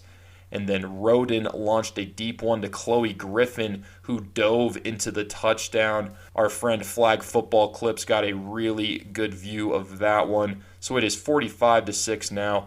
But Keiser would punch their ticket into the A bracket with a 52-6 win over Baker. And your PMC playmaker of the game goes to Jasmine Roden for a 5-touchdown performance.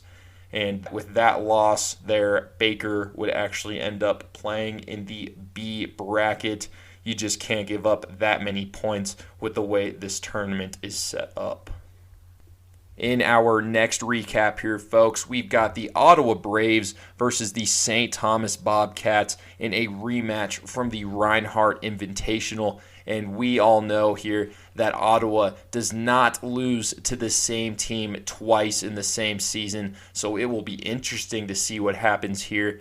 Both teams have gotten big wins over Campbellsville so far in the tournament. Both teams are 1-0, looking to get a top seed in the A bracket. But let's go ahead and see how this game shook out. St. Thomas would get the ball to start off this game, but they got the initial first down, but they would end up punting shortly after that, with DJ Paris making some plays early on here and getting that sideline hype. So it will be 1st and 4 for Ottawa following the punt from St. Thomas, but Ottawa goes 3 and out following the punt with Tashumba Washington going out after an amazing pass breakup, but she had a pretty rough collision there, so she goes off to the sideline to see what's going on there. So it is St. Thomas ball now following the punt from Ottawa, but it is yet another 3 and out here as St. Thomas ends up punting it once again. It is now 1st and 1 for Ottawa near midfield. A pass to Addison Osborne is stopped by Mayerly Keon for no gain, and then Madison Carrera keeps it for a first down across midfield, 1st and 16 now.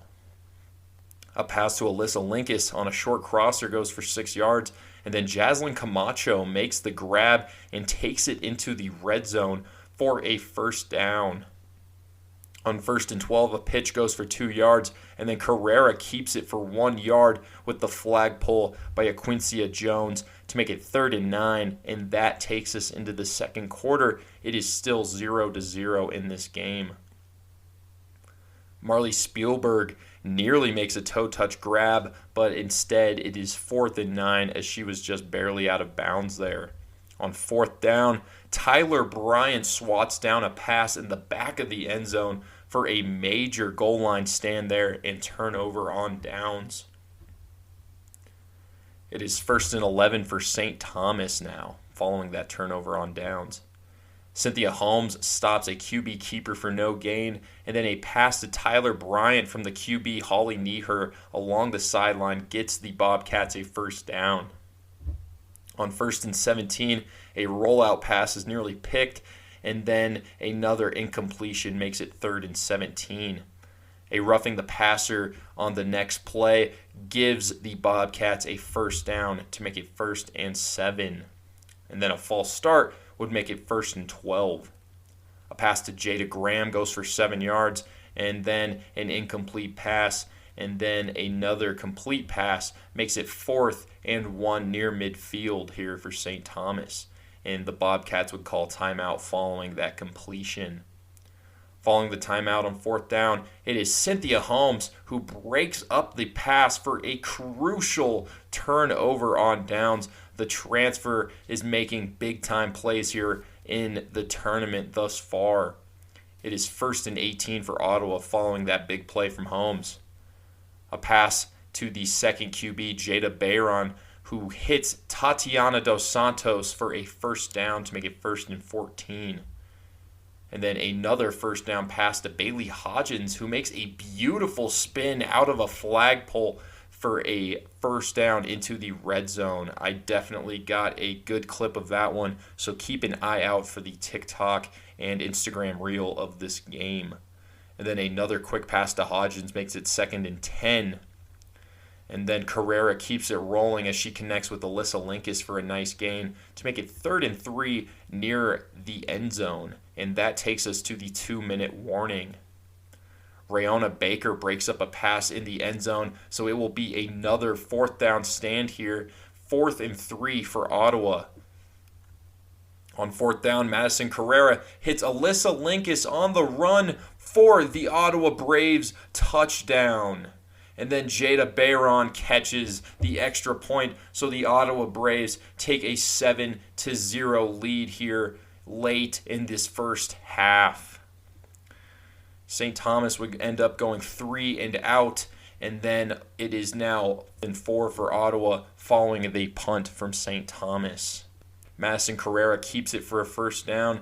It is 1st and 19 now, and then a pass to Marley Spielberg goes for a solid gain, plus a hold on the St. Thomas defense makes it 1st and 19 in the red zone. Tashumba Washington is back in the game here, folks, and she nearly picks it off in the end zone, but it is 2nd and 19 with 19 seconds left in the half. A pass to Addie Osborne, who pitches it back to Alyssa Linkus, but a forward pass on that pitch from Osborne makes it 3rd and 19. And then on the last play of the half, that one falls incomplete, folks. So at halftime, Ottawa leads St. Thomas 7-0 in this tightly contested matchup. Into the second half now, it is 1st and 6 for the Ottawa Braves. A pass to Jaslyn Camacho is stopped by Mayerly Keon to make it 2nd and 3. And then a nice pass to Marley Spielberg, who makes a toe touch grab along the sideline, makes it 1st and 18. On 1st down, Jaslyn Camacho makes a jumping grab for a nice gain. And then a quick pass to Alyssa Linkus is almost stopped short of the first, but multiple missed flag pulls as Alyssa Linkus takes that across midfield and near the red zone, as it is now 1st and 8 across midfield here for the Braves. Pressure from Maya Salas forces a bad pass, and then a pass is broken up by Mayerly Keon and Aquincia Jones to make it 3rd and 8 here. On 3rd down, a nice pass to Marley Spielberg across Madison Carrera's body gets the Braves a 1st down into the red zone. On 1st and 14, Madison Carrera steps up and finds an open Jaslyn Camacho in the end zone for the touchdown. It is 13-0 now, and then those two, Madison Carrera and Jaslyn Camacho, connect once again on the extra point to get a 14-0 lead. It is 1st and 6 here for St. Thomas, and they really need a score here to stay in this one. Holly Nieher gets a pass for a 1st down to make it 1st and 20, and then a pass over the middle to Kaylee Miller goes for 6 yards, and then a crosser to Jada Graham in stride makes it 3rd and 8. A screen to Jada Graham gets the Bobcats a 1st down.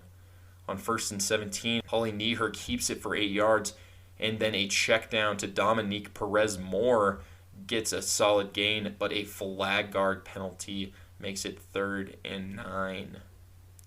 On 3rd and 9, a pass to Jada Graham goes for 3 yards, and then on 4th down, a pass to Kaylee Miller is tightly covered, and it falls incomplete, so that will be a turnover on down, folks.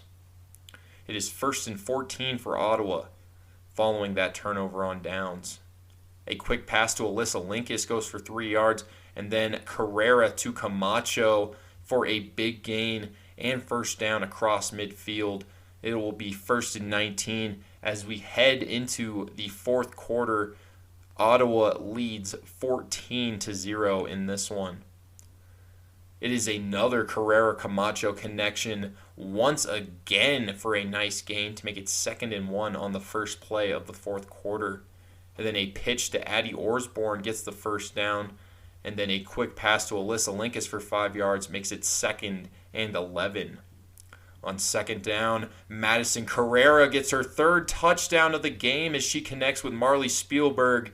And the Ottawa Braves have a 20-0 lead late here in the game. That might have just put this game away, folks. It is 1st and 6 now for St. Thomas.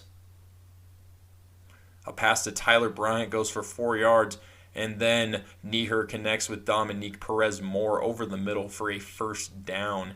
On 1st and 14, a pass to Tyler Bryant gets the Bobcats near midfield, and then Nieher connects with Kaylee Miller for a 1st down, but a flag guarding penalty makes it 1st and 16 for a loss of a few yards. A slant to Kaylee Miller goes for 6 yards, and then Talia McInnes bats down a pass, 3rd and 10.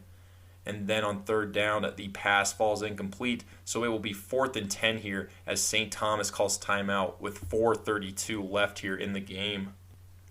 A deep pass falls incomplete following the timeout, but pass interference on Ottawa makes it 1st and 20 in the red zone. A quick hitter to Kaylee Miller goes for 10 yards, and then a screen pass falls incomplete to make it 3rd and 10. A pass to Tyler Bryant on 3rd down is stopped by Sue Kaufman, but unnecessary roughness makes it 3rd and 5. Holly Nieher connects with Tyler Bryant, and it is stopped short of the end zone to make it 4th and 1 as St. Thomas calls timeout. On 4th down, Holly Nieher connects with Jada Graham in the back of the end zone, 20-6 now as the extra point is broken up. But hey, at least St. Thomas is on the board here, and that will be the final score in this one as Ottawa secures the 1 seed in the A bracket with their 20-6 win over St. Thomas. your PMC Playmaker of the game in your final game of day one of the Women's NAIA National Championship Tournament is Madison Carrera with a 3-touchdown performance in this revenge win for the Braves. And that, folks, concludes day one recaps here in Atlanta. Emotions were running high, and we got to see some really great football because of it. Your final rankings and the 6 teams headed to the A bracket will be the Ottawa Braves with the 1 seed out of the C pool, the Thomas Nighthawks with the 2 seed out of the D pool, and then the Keiser Seahawks with the 3 seed out of the A pool, the Warner Royals with the 4 seed out of the B pool, the Weber International Warriors with the 5 seed also out of the B pool, and then your final spot in the A bracket will be going to the St. Thomas Bobcats, who squeak in here with the 6th seed. Tomorrow on Thursday, May 9th, Keiser will face St. Thomas, and then the winner will get a chance to face the Thomas Nighthawks in the semifinals. And then we'll also have here on May 9th, Warner versus Weber. They will face off, and then the winner of that game will get to face the 1-seeded Ottawa Braves in the semifinals. Now, I don't really love this seeding. I think pretty much everyone knows that Keiser should have had the 1 seed going into the A bracket after they put up 95 points and only 12 points against on day 1 of the tournament. There's just no way a team with an 83-point differential gets the 3 seed. And honestly, I just really think the people running this tournament need to start to take regular season records into account, because throwing teams into random pools with bracket seeding based off of points against just doesn't really make much sense to us here at the podcast. And I know a lot of coaches and players agree with that. And that concludes my little rant, though. This is Gino with the Playmakers Corner podcast, and I am going to pass the mic off to Cody, who will be recapping what happens in the A bracket quarterfinals at Mercedes-Benz Stadium. And I will see you all later. Hey folks, we are so back. It is Cody Stoffer here, your showrunner slash host for the A pool, or A bracket, I should say, quarterfinals here. The final seeding, as notated by Gino, had matchups between Warner and Weber for a chance to play Ottawa on Friday at Mercedes-Benz. And then there was also St. Thomas and Keiser for a chance to play Thomas on Friday at Mercedes-Benz. But these games take place on Thursday, May 9th. And without further ado, let's talk about the Crooked Lake rivalry, the Warner versus Weber game here. They played a 1-point game in pool play here. And so this one was sure to be a classic here. And Kayla Ludwig would be getting her 3rd start of the season. Meanwhile, this Weber team was attempting to continue to push and finally get that first win against Weber that they've been seeking out all season. So let's go ahead and check it out here. And Weber is going to start with the football here, but Warner is going to throw a little bit of a different look and bring 2 defenders here on the rush. Wilson is going to throw it over the middle here, but that is going to be caught and then lateraled to Sammy Gonzalez, who does not get her flags pulled until the 36 of Warner. So a big play here to start for Weber right out the gate. They follow that up with a swing pass left to Gonzalez, picking up about 5 yards. And then throwing down the left sideline on the following play is Wilson, taking a shot downfield, but it cannot quite be brought in. An awesome pass, but just not quite brought in by the attempted receiver here. And so that is going to bring up 3rd and 7. Now, Weber is going to pass it right to Riley Bolser, who catches it and brings that all the way to the 23-yard line, setting up 4th down and 3 yards to go here. So on this 4th and 3, Weber will pass the ball here and catch it, but number 22, Madeline Portwood here, makes a huge flag pull forcing a turnover on downs and giving Warner the ball on their own 21-yard line. Ludwig, to start this drive, throws right and is caught by Vincenzini here for a gain of about 6 or 7. And following that, there's going to be a dump off here to number 20. That is Williams here on the reception, who weaves in and out of a few missed flagpoles, setting up 3rd and 1 to midfield. Now, Warner rolls right, throws right to the slot to Vincenzini, who catches for a first down just barely into Weber territory. On the following play, it is going to be a pass to Andrea Castillo here through the slot left that picks up about 5 yards. Then the center here, Trinity Kieran, is going to catch here, but then lateral to another Royal here who picks up a few extra yards, setting up 3rd and 5. Ludwig is going to keep it herself on this rollout right, and that is going to set up 4th and 1 here. And they try and pass, but Riley Bolser leaps up into the sky and intercepts the football here at the line of scrimmage, giving Weber the ball on their own 23-yard line, effectively killing this drive. On first down here, the Warriors go to Caitlin Sigmundi, who gets to the 30-yard line. Then a throw left is almost intercepted and then almost caught by the Weber receiver, but this ball somehow falls harmlessly to the turf. On third down, they will try a pass right, but that will be incomplete and a punt will be forced. Now, this punt is going to be fielded by Adriana Williams, who returns this all the way to the Weber 23-yard line. So it's like the ball basically didn't move at all. And yeah, it's going to be a very short field for Warner here. Now, there's going to be a contested pass over the middle that is incomplete. We're going to have number 10 on the coverage here. That is none other than Gabby Franjos here. And then Ludwig seems to be clipped as she throws on the next play here, but there's not going to be a call here, and that will end the first quarter. Now, to start the second quarter here, Warner is going to end up being called for their own penalty here. That's illegal contact on the offense here. And after a drop, they're actually going to be closer to midfield than they started the drive, and they will have to punt the football. Now, Weber here fielding the punt, clears out and just tries to let this bounce through the end zone, but a crazy bounce on the punt puts Weber at their own 3-yard line. Now, to try and get some breathing room here, they throw quickly to Zoe Mello, and an illegal contact penalty is thrown here that pushes them to the 26-yard line and provides a fresh set of downs. There's going to be a pass left to Jasmine Henry that sets up 2nd and manageable, but an incompletion on 2nd down now sets up 3rd and 6, and following an illegal contact penalty on Weber, that pushes them back even further. They have no choice but to try and just make it a little bit closer here. They throw right to Bolser here, who tries to get a first down, but is held on this play, and despite the flag happiness of the officials so far this game, this hold is missed here, which is kind of crazy and egregious because literally the shorts were like fully outstretched, which is almost as easy as it gets, I would think.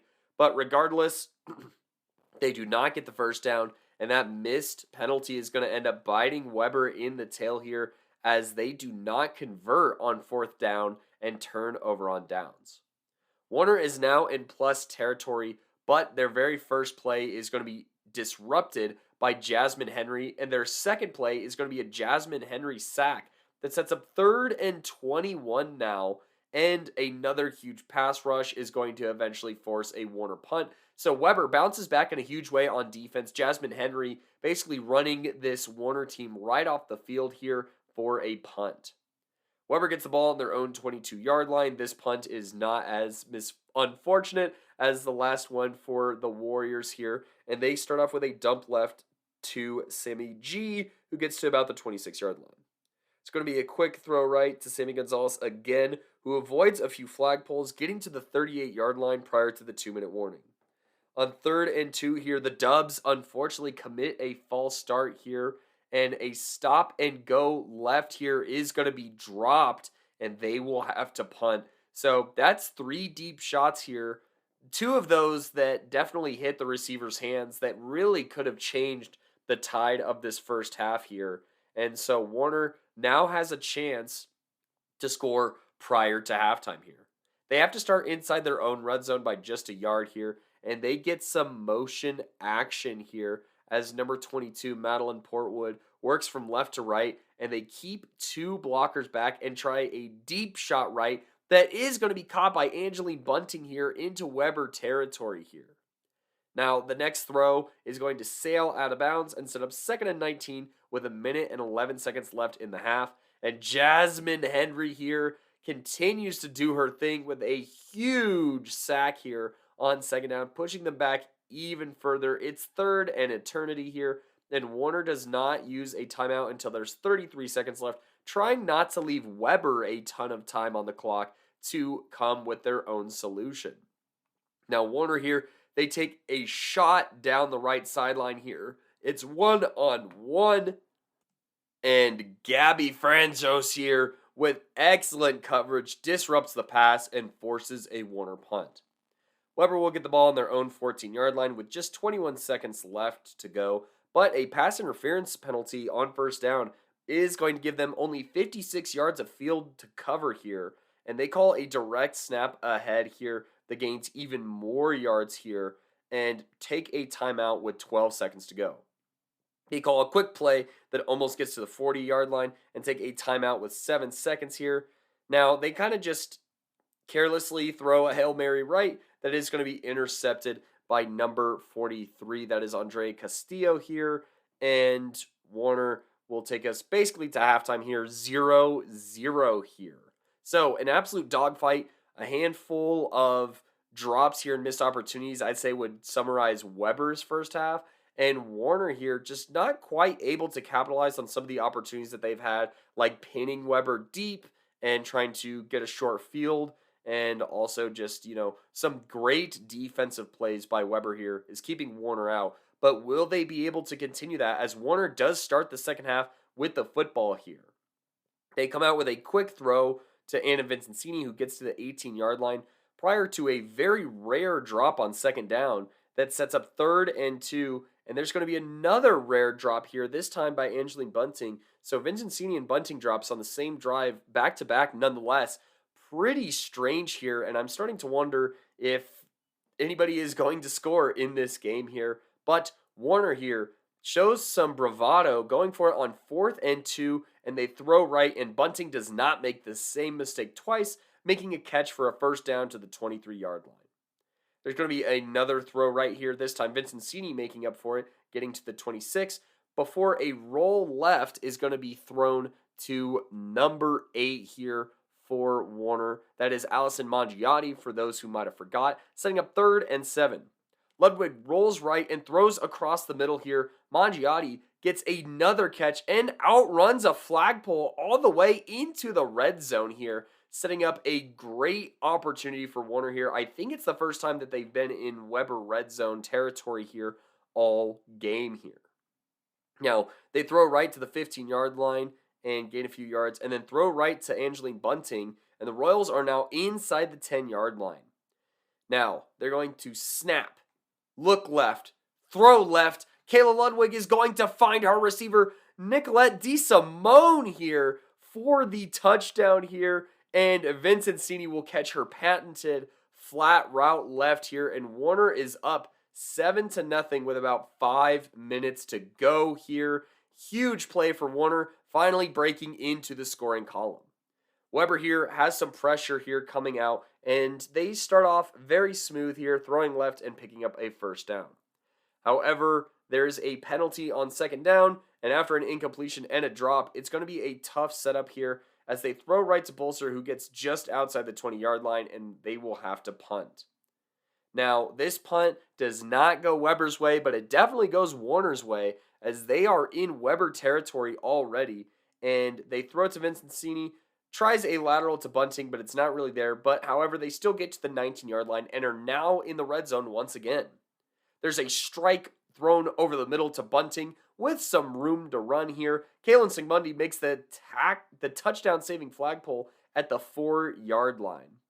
Now, Warner tries to pull a fast one here with a direct snap to Adriana Williams, but Weber is ready for that, and it is quickly pulled at the 3-yard line here and pulled by number 3 nonetheless, Riley Bolser. A penalty on Warner as well pushes them back to the 9-yard line, and that is going to end the quarter here.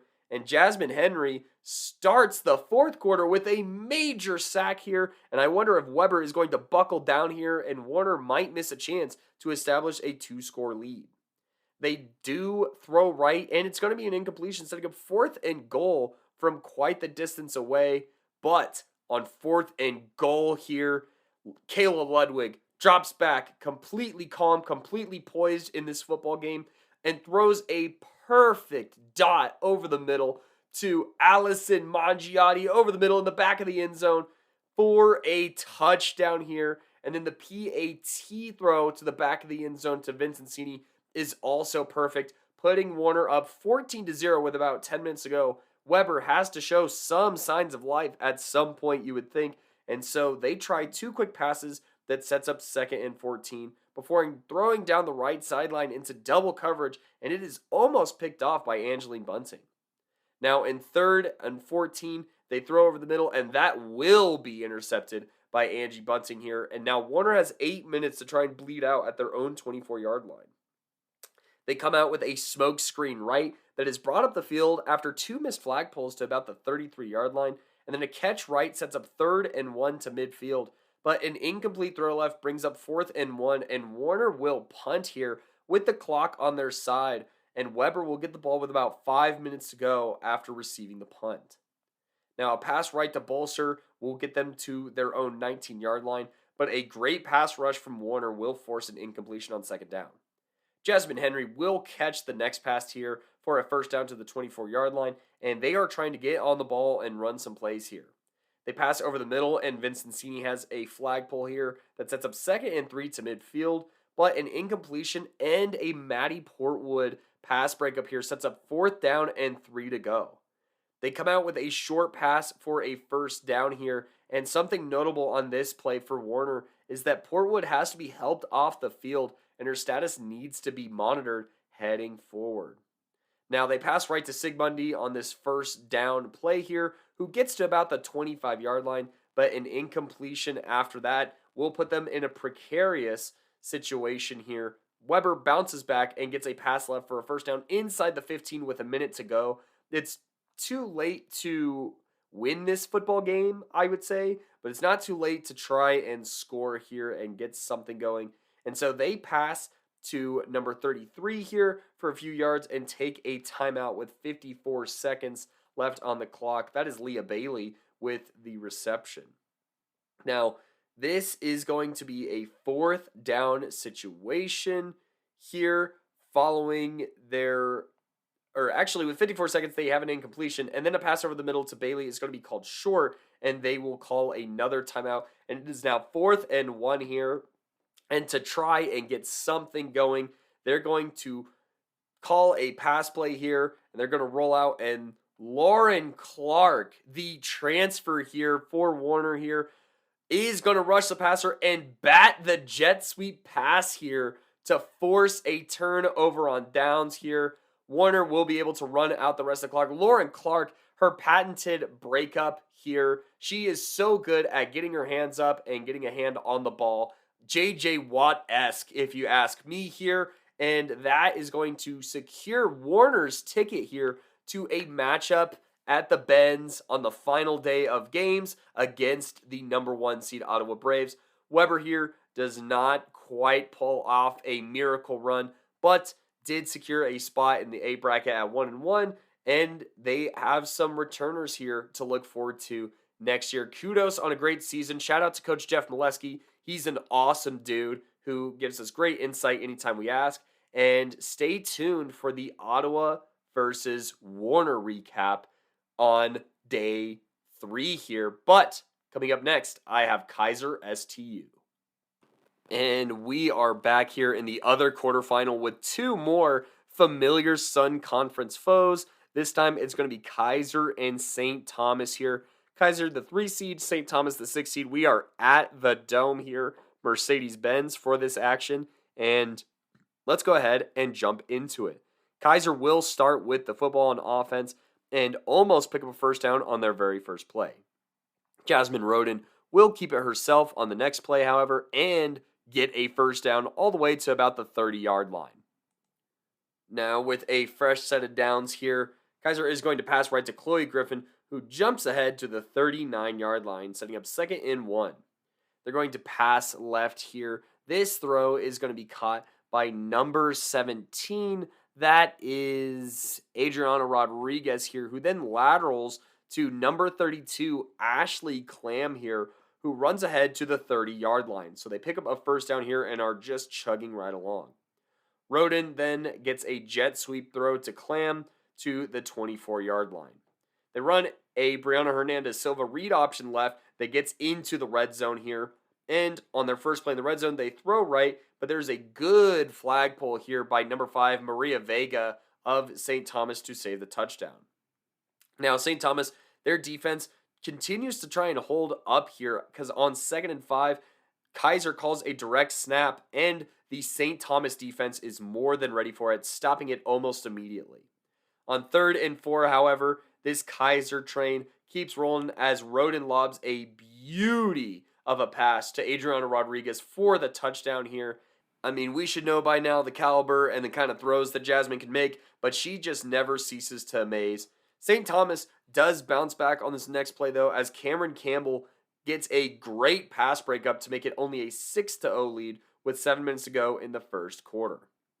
Now, St. Thomas comes out with 2 quick throws over the middle that moves the chains to the 24-yard line. There's going to be a strike thrown over the middle here to number 12, Kaylee Miller, combined with like 3 missed flag pulls that gets them to the 39-yard line. On 3rd and 1, they do have a drop here, setting up 4th down and 1 to midfield, and St. Thomas is going to go for it. This is a big down already super early in the game here, and they throw over the middle, and Jada Graham makes a diving catch for a first down.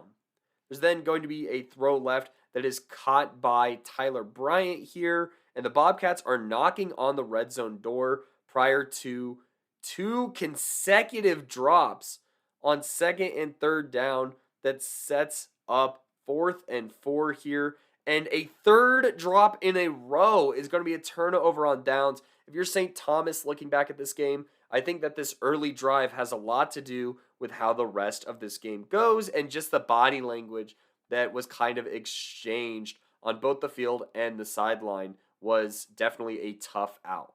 But not to give too much away here, Keiser starts off the drive on their own 24-yard line and takes a deep shot left to Ramirez, who also draws a holding penalty, putting them an inch outside of the red zone. There's going to be a jet sweep to Jasmine Roden here, who throws inside to Kennedy Foster, who gets to the 10-yard line. This will bring up 1st and goal in the end of the quarter. And to start the second quarter here, Brianna Hernandez Silva is going to do it herself here and score the touchdown here. And along with a converted PAT, put Keiser up 13-0 at the very start of this second quarter. Now, St. Thomas here, they are going to drive, but unfortunately, this drive is going to end way sooner than they would like, as Kennedy Foster makes a great play, jumping the pass, and then pitching to Emma Wagenman, who finishes this pick 6, her half of it anyways, and score here. And while the PAT is no good, it is now a 19-0 deficit that St. Thomas is facing down here. Now the Bobcats get a huge Holly Neer scramble here that gets to midfield, and just 2 downs later, she's going to keep it again all the way to the 22-yard line of Keiser. They're going to throw left here and catch for a first down and set them up inside the red zone and take a shot for the end zone here, but that is going to be incomplete. Neer is then going to roll right and throw back over the middle here, where Jada Graham makes a top shelf catch, setting up 3rd and 5. But on this 3rd down here, there's going to be a criminal drop over the middle that definitely would have been a touchdown. And in 4th and 5, they try one-on-one coverage, but Ashley Clam on the coverage here is just a little too physical here. There's no flag on the play, and St. Thomas is unfortunately going to turn over on downs. There probably could have been a flag here, but I definitely think that you just need to catch that 3rd down pass and convert there. Now, Keiser, starting deep in their own territory, is going to have an incompletion on first down, but a pass to Foster here will move the ball just a little bit. Now, there is almost an interception here on third down. Now, it should have been called an interception upon looking at my camera, but it was a pretty close call here. Great play by the defender. Unfortunately, does not force a turnover. And on 4th and 2, with another life here, the Seahawks are going to pass down the left seam here to Kennedy Foster, who gets a first down to the 25-yard line. Now, while there is a drop on first down and then a dropped pick, that will put 3rd and 15 pressure on Keiser, and they are going to pump fake to buy some time and then throw right to Griffin here, who tiptoes the sideline for a first down to the St. Thomas 36. So just a couple more missed opportunities by both the officials here and St. Thomas, but St. Thomas definitely with chances here with that drop pick and that drop touchdown at this point to try and pull it in regardless of the refs here. Now, they're going to pass left here, Keiser that is, with first down in enemy territory to Brennan Ramirez, who then pitches to Foster, who gets only to about the 36-yard line anyway.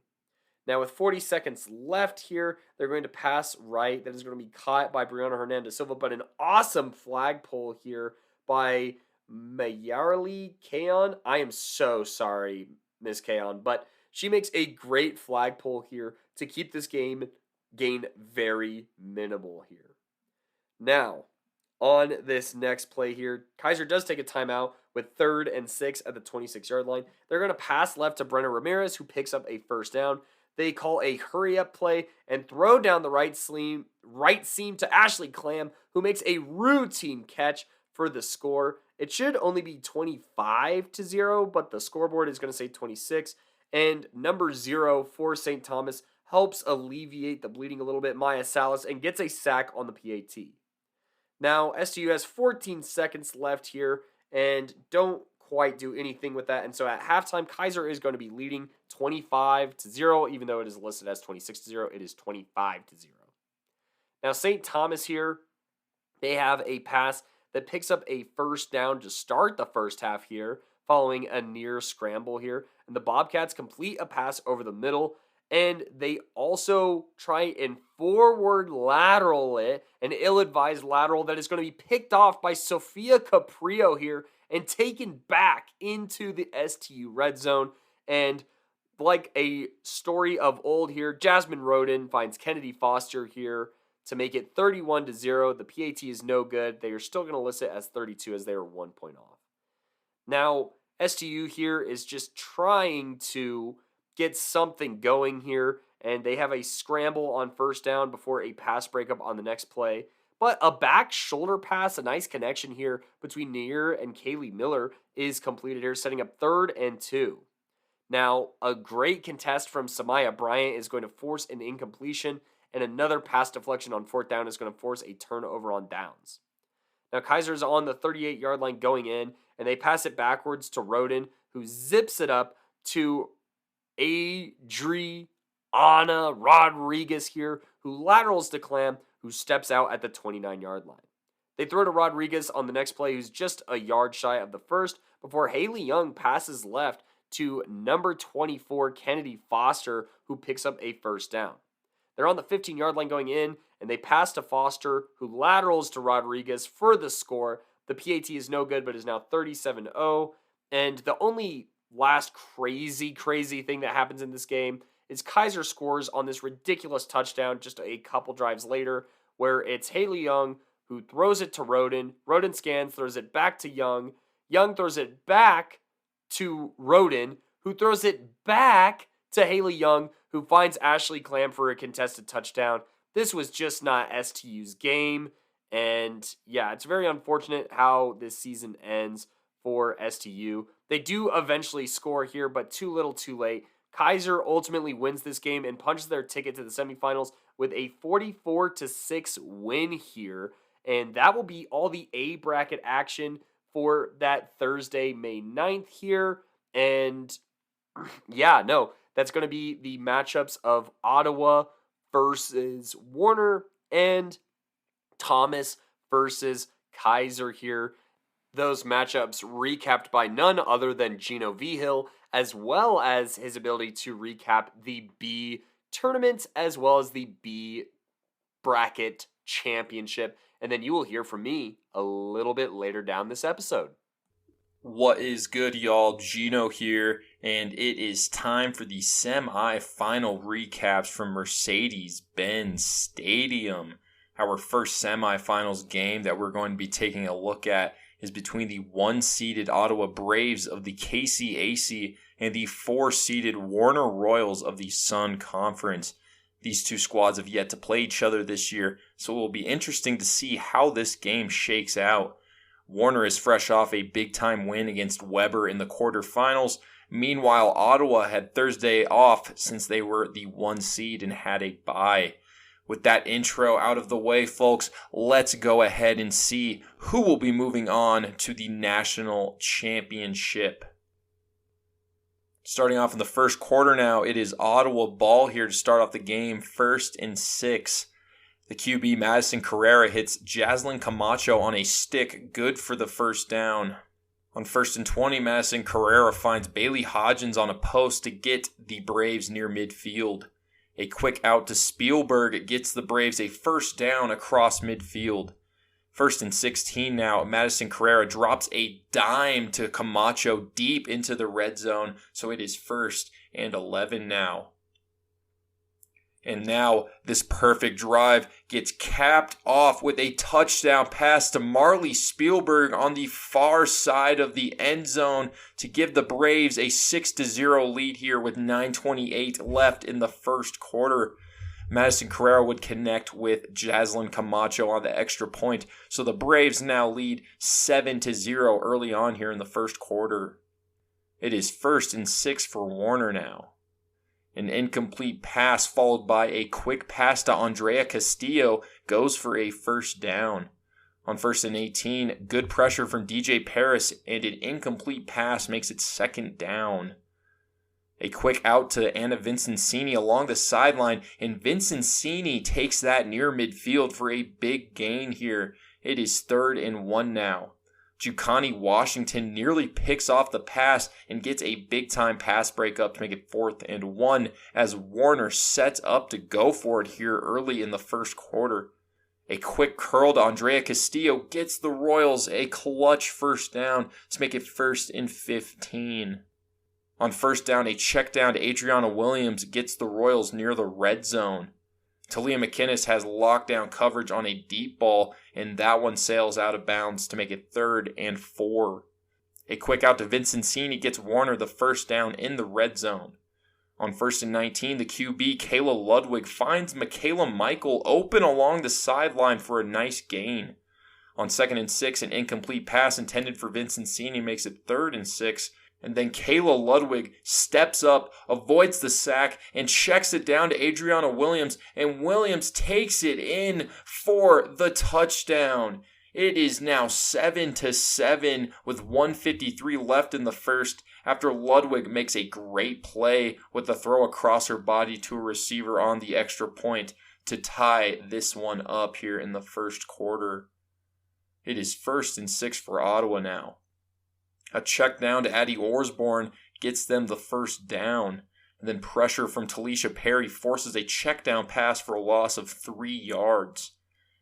On 2nd and 23, a clutch diving flag pull from Chanel Harrison makes it 3rd and 18. On 3rd down, Talisha Perry gets a sack for a loss of 7 yards, and that will force Ottawa to punt. And that, folks, will take us to the end of the first quarter. It is 7-7 in this one. A weak punt for the first play of the second quarter has Warner near midfield, 1st and 1. A pass to Trinity Kieran and a pitch back to Adriana Williams gets the first down across midfield. On 1st and 18, Ludwig rolls out right, and Vincenzini makes a diving grab to make it 2nd and 15. Following a dropped check down, a pass to Andrea Castillo makes it 4th and 7 as the Royals will set up to go for it here. A delay of game makes it 4th and 12, and that will make Warner punt it. That was a back-breaking penalty there for that drive. It is 1st and 6 for Ottawa following the punt. A pass to Mandolin Scalisi goes for the first down, and then Madison Carrera drops an absolute dime to Alyssa Linkus along the sideline for a huge first down across midfield. On 1st and 16, Angeline Bunting breaks up a dangerous deep pass, and then a check down to Addie Osborne and a clutch flag pull by Adriana Williams makes it 3rd and 15. On 3rd down, Lauren Clark bats down a pass and forces an incompletion, and Ottawa is going to go for it here though, but Andrea Castillo breaks up a deep pass for a big-time turnover on downs. It is 1st and 5 for Warner now following that big-time turnover on downs there. But Talia McInnes on the first play of the drive picks off the deep ball to give the ball back to the Braves with 2:20 left here in the first half. It is 1st and 1 for Ottawa following that pick by McInnes. On 1st down, Lauren Clark gets the pressure and forces a bad pass that's intercepted by Angeline Bunting, and that will be a big-time interception there, plus illegal contact on the flagpole will make it 1st and 2 near the red zone for Warner. On 1st down, a pass is forced to Vincenzini, and the ball is picked off by Cynthia Holmes. That is 3 throws and 3 interceptions, and this game is straight up chaos right now. It will be 1st and 19 for Ottawa following that interception. A completion to Alyssa Linkus, and then to Jaslyn Camacho for a first down across midfield. A short pass to Jada Bayron is shut down by Talisha Perry to make it 2nd and 24. And then Ottawa would call a timeout here with 1:06 left in the half. Madison Carrera drops a perfect pass to Alyssa Linkus on a deep corner route, and that gets them near the red zone, 3rd and 3 now, as Ottawa calls another timeout here with 56 seconds left. Madison Carrera hits Bayron while falling down for a first down.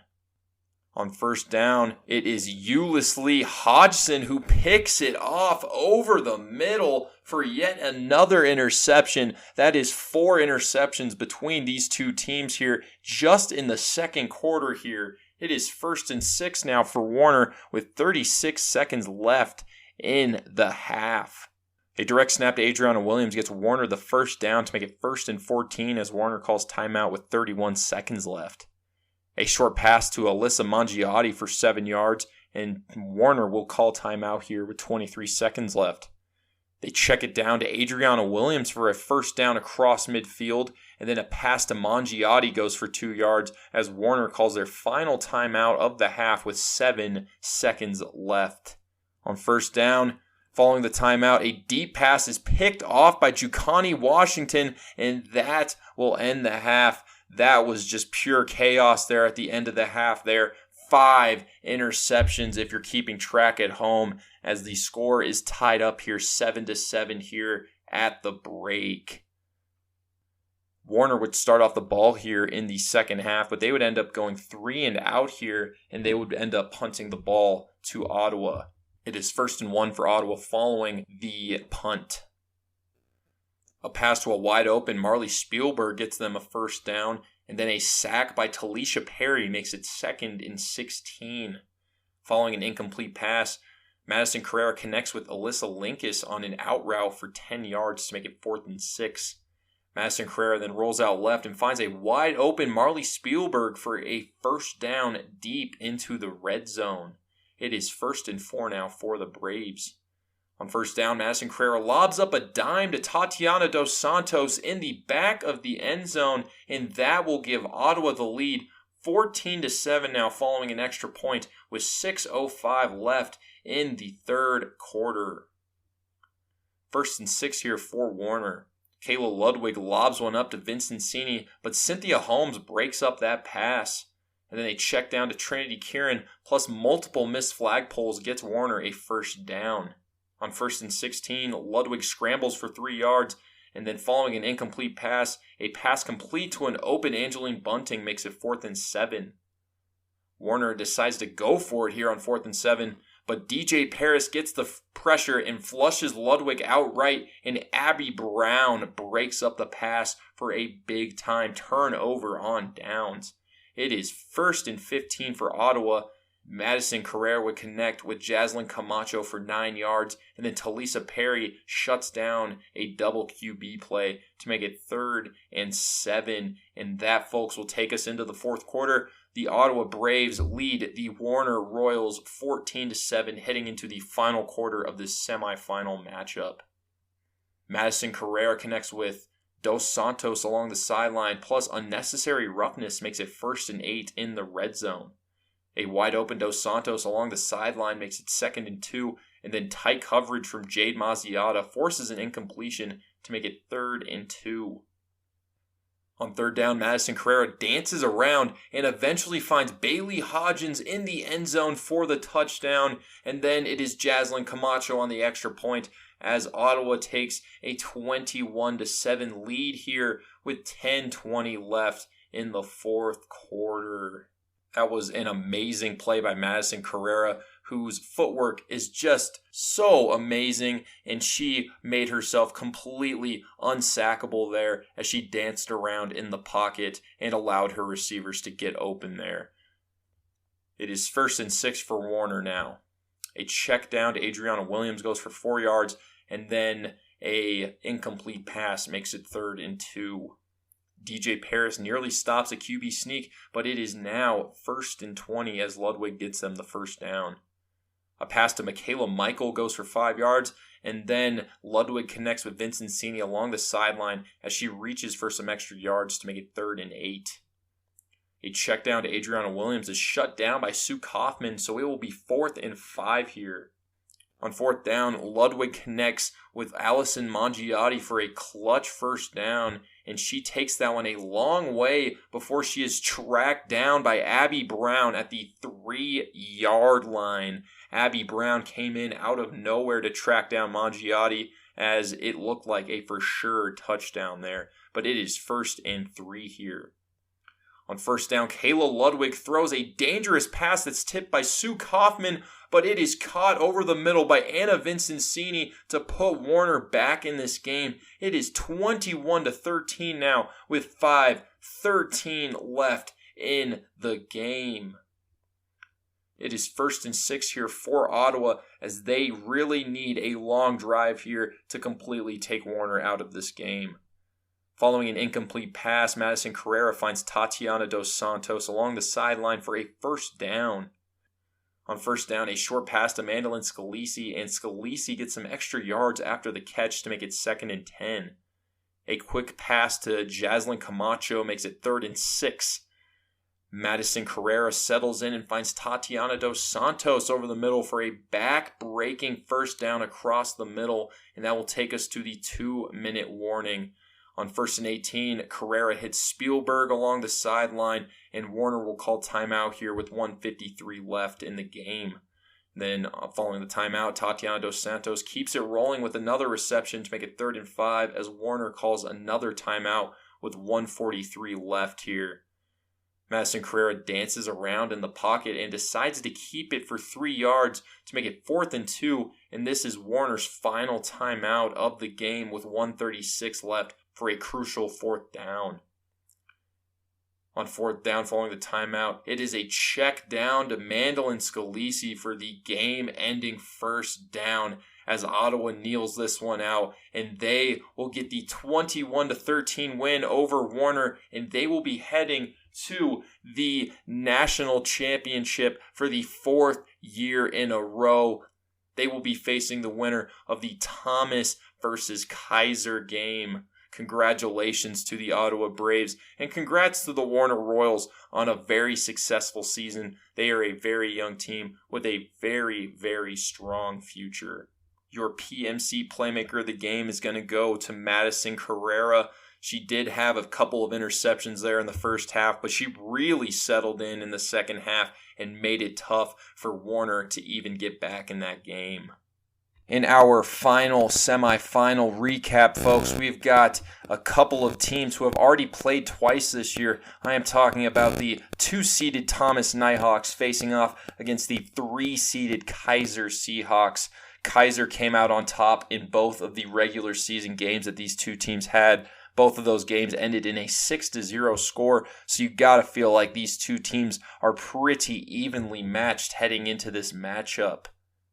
The winner of this one will face Ottawa in the national championship game, and I know both teams are hungry for that national championship since Thomas had lost both of the previous 2 national championships to Ottawa, and Keiser lost the inaugural national championship to Ottawa.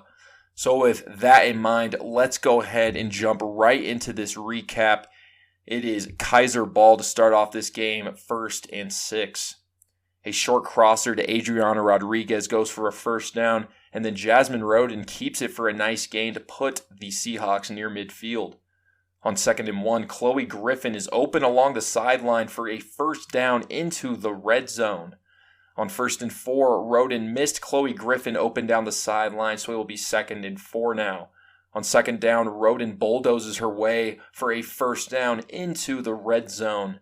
It is 1st and 9 here as a pass to the end zone falls incomplete with nice coverage there from Nija Seals. A pass to Kennedy Foster is short of the end zone, so it will be 3rd and 1 here. On 3rd down, Jasmine Roden decides to keep it right for the touchdown, and that makes the score 6-0. We have already matched the score of both the previous 2 games that these two teams have played here, with 7:10 left here in the first quarter. The extra point was no good, so it is 6-0. It is 1st and 6 here for Thomas. The QB, Alexa Wilson, flips it to Aaliyah Wood for 6 yards, and then Wilson checks it down to Kiana Cole, but Kennedy Foster stops that for no gain. A direct snap on 2nd down to a Cole, who finds Aaliyah Wood for a first down to make it 1st and 12. Another direct snap to a Cole goes for 6 yards, and then Alexa Wilson rolls out right and launches a dime to Giselle Jones for a big-time gain into the red zone. It is 1st and 13 now for the Nighthawks. A short pass left to Kiana Cole is stopped by Kennedy Foster. And then on 2nd and 8, Emma Wagenman gets straight to the QB for a big-time sack as she continues to be a problem for opposing offenses in this tournament. On 3rd and 17, a deep pass to Giselle Jones is off her fingers in tight coverage to make it 4th and 17. And Thomas will call timeout here with 1:42 left in the first quarter. On 4th down following the timeout, Hernandez Silva is on the rush, but Alexa Wilson gets it off in time and finds Kiera Knight in stride as she collides with Kennedy Foster near the goal line, but it looks like Foster was somehow able to get the flagpole there for a crucial turnover on downs near the end zone. It will be 1st and 19 here for Keiser following that big-time play from Foster. A quick out to Ashley Clam goes for a nice gain near the first down to make it 2nd and 1. On 2nd down, Jasmine Roden drops a dime to Brenna Ramirez along the sideline as Ramirez makes a toe touch snag for the first down. And that, folks, will take us to the end of the second quarter. Keiser has a 6-0 lead. It is 1st and 3 here for Keiser to start off the second quarter, and Jasmine Roden throws a sidearm dot to Kennedy Foster for a first down. And then Roden spikes it to avoid a sack as Caitlin Herb almost got there on the rush, but intentional grounding on that spike makes it 2nd and 22 here for Keiser. A deep corner to Clam is dropped to make it 3rd and 22. Haley Young is in the game now, and she throws it to Roden, and Roden launches a jump ball up to Kennedy Foster, who makes the leaping grab near the first down to make it 4th and 3. Keiser was unable to get a snap off before the play clock runs out, so that will be a delay of game, and it will be 4th and 8 as Keiser calls timeout here with 9:07 left in the half. Following the timeout, Roden's pass is picked off by Aaliyah Wood, who pitches it back to Giselle Jones, and Jones pitches it back, but the pitch is picked off by Brenna Ramirez, who comes absolutely out of nowhere to give the ball back to Keiser. That was absolutely insane as Brenna Ramirez makes a potential game-saving pitch interception there. Unbelievable. It is 1st and 15 now for Keiser following that amazing play from Ramirez. A pass to Adriana Rodriguez makes it 2nd and 2, and then a deep ball to Ashley Clam is incomplete, but a collision with Aaliyah Wood has Ashley Clam on the ground for an injury timeout with 7:35 left in the game. As Clam is leaving the game here, she will head to the sideline to see what's wrong with her leg. Following the injury timeout, pass interference on the play makes it 1st and 14 in the red zone. An out to Kennedy Foster goes for 8 yards, and then Roden is flushed out right, and her pass to the back of the end zone is incomplete. And then Giselle Jones breaks up the following pass to make it 4th and 6. On 4th down, Jasmine Roden throws an absolute bullet to Adriana Cavallati in stride for the touchdown. It is 13-0 now, but make that 14 after Kennedy Foster makes the catch in the back of the end zone on the extra point. It is 1st and 6 for Thomas, and they really need a score here. A pass to Nakira Brown goes for 5 yards, and then a pass to Giselle Jones along the sideline gets them the 1st down. On 1st and 13, an illegal block makes it 1st and 23. On 1st and 23, a jump ball to Aaliyah Wood. It goes through her hands and into the hands of Adriana Cavallati to give Keiser the ball back in the red zone. How about Adriana Cavallati stepping in here in place of Ashley Clam, and she has already made a massive impact on this semifinal game. It is 1st and 19 for Keiser now. A quick pass to Chloe Griffin goes for 5 yards, and then an incomplete pass makes it 3rd and 14, and that will take us to the 2-minute warning. Jasmine Roden finds an open Kennedy Foster for a nice gain to make it 4th and 3, and it will be a timeout Keiser with 1:12 left here. A false start on Keiser following the timeout makes it 4th and 8, and then on 4th down, tight coverage from Maddie Hogland forces an incompletion and a turnover on downs. It is 1st and 12 for Thomas following that big play there from Hogland. A curl to Giselle Jones goes for 8 yards, and then a short pass to Margarita Pena gets the Nighthawks a 1st down. Following a drop pass, a check down goes to Nakira Brown, and she gets out of bounds here to make it 3rd and 4. Another pass to Brown for the 1st down, and she gets out of bounds once again. It is 1st and 16 with 17 seconds left. A pass to Maddie Hogland gets them 4 yards to make it 2nd and 12 as Thomas calls timeout here with 12 seconds left. On 3rd down, Emma Wagenman gets the blocked pass, and she sends us to halftime. Keiser has a 14-0 lead in this one. Just a little side note here. Cody and I noticed that Aaliyah Wood got about 3 different pep talks, which, in Cody and I's opinion, is just 1 or 2 too many. I think that might have gotten in Aaliyah Wood's head.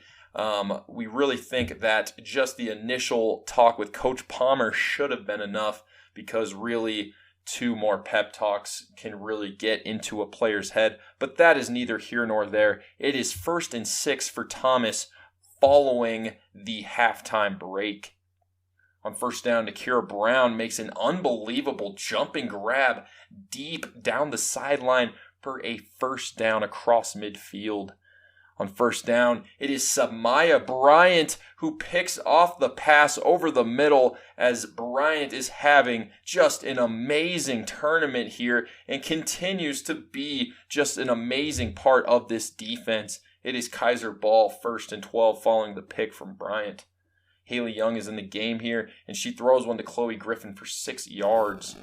Then on 2nd down, a pass along the sideline is broken up by a flying Aaliyah Wood, who makes a great play on the ball there.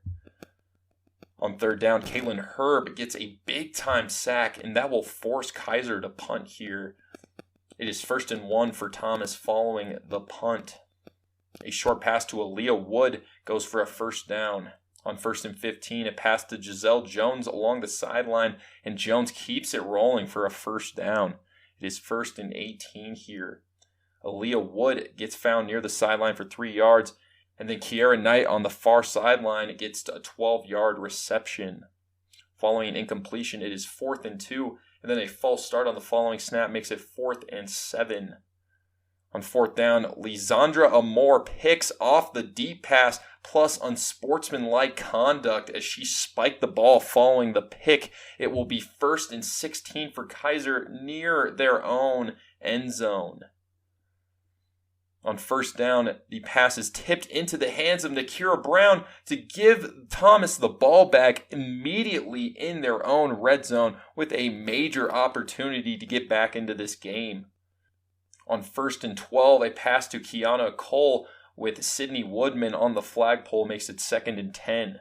On 2nd down, Emma Wagonman bats down a pass, and then a slant to Aaliyah Wood goes for 6 yards to make it 4th and 4. And Ashley Clam is back in the game here as Aaliyah Wood drops a pass in the back of the end zone. It was a jumping grab, but definitely catchable there, and it will be a crucial turnover on downs here for the Nighthawks. It is 1st and 16 for Keiser as they get the ball back here. They would end up going 3 and out here, though, as Aaliyah Wood broke up a deep pass on 3rd down to force the punt. It is 1st and 10 for Thomas across midfield after a weak punt, and they still have a chance to score here. An illegal block makes it 1st and 20, and then a check down to Kiana Cole goes for 7 yards. Following that, a check down to Nija Seals is shut down by Samaya Bryant. It is 3rd and 12 here. An illegal forward pass makes it 4th and 8 after Thomas initially got a first down on that play. On 4th down, a check down is shut down by Samaya Bryant, who has just been unbelievable in this game, and she gets a back-breaking turnover on downs to give the ball back to Keiser. On 1st and 15 for Keiser, a pass to Candy Foster goes for 4 yards, and then Jasmine Roden hits Brianna Hernandez-Silva along the sideline for a nice gain near midfield. It is 3rd and 4 here as Keiser calls timeout with 6:14 left in the game. Jasmine Roden finds Candy Foster rolling out right, and Foster takes it all the way down the sideline for a Keiser touchdown. It is 20-0 now with 6:05 left in the game, and the extra point would be no good, so the score remains 20-0. Keiser has the commanding lead. It is 1st and 6 for Thomas here. An incomplete pass, and then Kiera Knight along the sideline gets the first down. On 1st down, Kiana Cole is open for a nice gain to make it 2nd and 3 near midfield. Following an incomplete pass, a slant to Kiana Cole gets them another first down across midfield. On 1st and 7, it is Adriana Cavallati who gets her 2nd interception of the game to completely put this game away. And Keiser will be moving on to the national championship for the 2nd time in program history to face the Ottawa Braves with a 20-0 win over the Thomas Nighthawks. Your PMC Playmaker of the game goes to Adriana Cavallati, who stepped up big time in place of the injured Ashley Clam as she finished with 2 interceptions and a touchdown reception to help get Keiser to the national championship. Depth like that is extremely rare, and it is a big reason why Keiser is just so good. That was a really rough way to end the game for Thomas. I really felt like they had a lot of opportunities to make that game at least close, but instead they are being sent home after that loss in the semifinals. I think that they will still be an extremely good team next year. I think everyone knows that. They're not graduating very many players, so I think those players just need to keep their head up, get to work this offseason, and make a comeback, and finally potentially get that ring next year. And this is Gino with the Playmakers Corner podcast checking out here. I am going to see you guys later. Well, I will be recapping the B Bracket National Championship. Peace out. What is good, y'all? Gino here with the Playmakers Corner podcast, and it is now time for my final recap of this tournament. This time we have the B Bracket Championship at Mercedes-Benz Stadium between the Kansas Wesleyan Coyotes and the Milligan Buffaloes. So just for a little bit of a recap here from the B Bracket tournament leading up to this championship game, since Cody and I were unable to attend those bracket games except the championship, Midland beat Campbellsville 19-0. Milligan beat Reinhardt 25-6. Kansas Wesleyan then beat Midland 14-0. And then Milligan pulled off a bit of an upset here by beating Baker in a nail-biter 19-18 to get to the B Bracket Championship. I know a lot of people were expecting Kansas Wesleyan to cruise into the B Bracket Championship, but I think a lot of folks were expecting them to play Baker and not Milligan. So to have Milligan here is quite a surprise, to say the least. The Buffaloes have struggled with consistency this season, but they are playing some of their best football all season long in this tournament to get to this B Bracket Championship against Kansas Wesleyan. With that all being said, let's go ahead and see what happened in this B Bracket Championship game. It will be Milligan ball to start off this game, but they would end up going 3 and out. It is Kansas Wesleyan ball now, 1st and 6, following the punt. The QB and MVP finalist Chihiro Awada finds Jasmine Whitfield in stride for a first down to make it 1st and 16. And then a curl on first down to Kelsey Tucker goes for 5 yards. And then Awada drops a dime to Nikiah Lloyd in stride for a first down in the red zone. On first down, a pass to Jasmine Whitfield, who jukes a defender out of her cleats, and she takes that one in for the score. What a move there by Jasmine Whitfield, as the score is now 6-0 after the extra point was no good with 7:59 left in the first quarter. It is 1st and 6 now for Milligan. A check down to Sam Urso goes for 4 yards, and then an out to Chloe Jackson gets the Buffaloes a first down. On 1st and 18, the QB Bridget Keiser avoids a sack and steps up for a first down pass to Chloe Jackson. Keiser then hits Destiny Johnson in stride, and Johnson takes that all the way into the red zone. It will be 1st and 19 here for the Buffaloes. After a drop pass, a check down pass goes to Sam Urso for 3 yards, and then a holding flag on Kansas Wesleyan makes it 3rd and 8.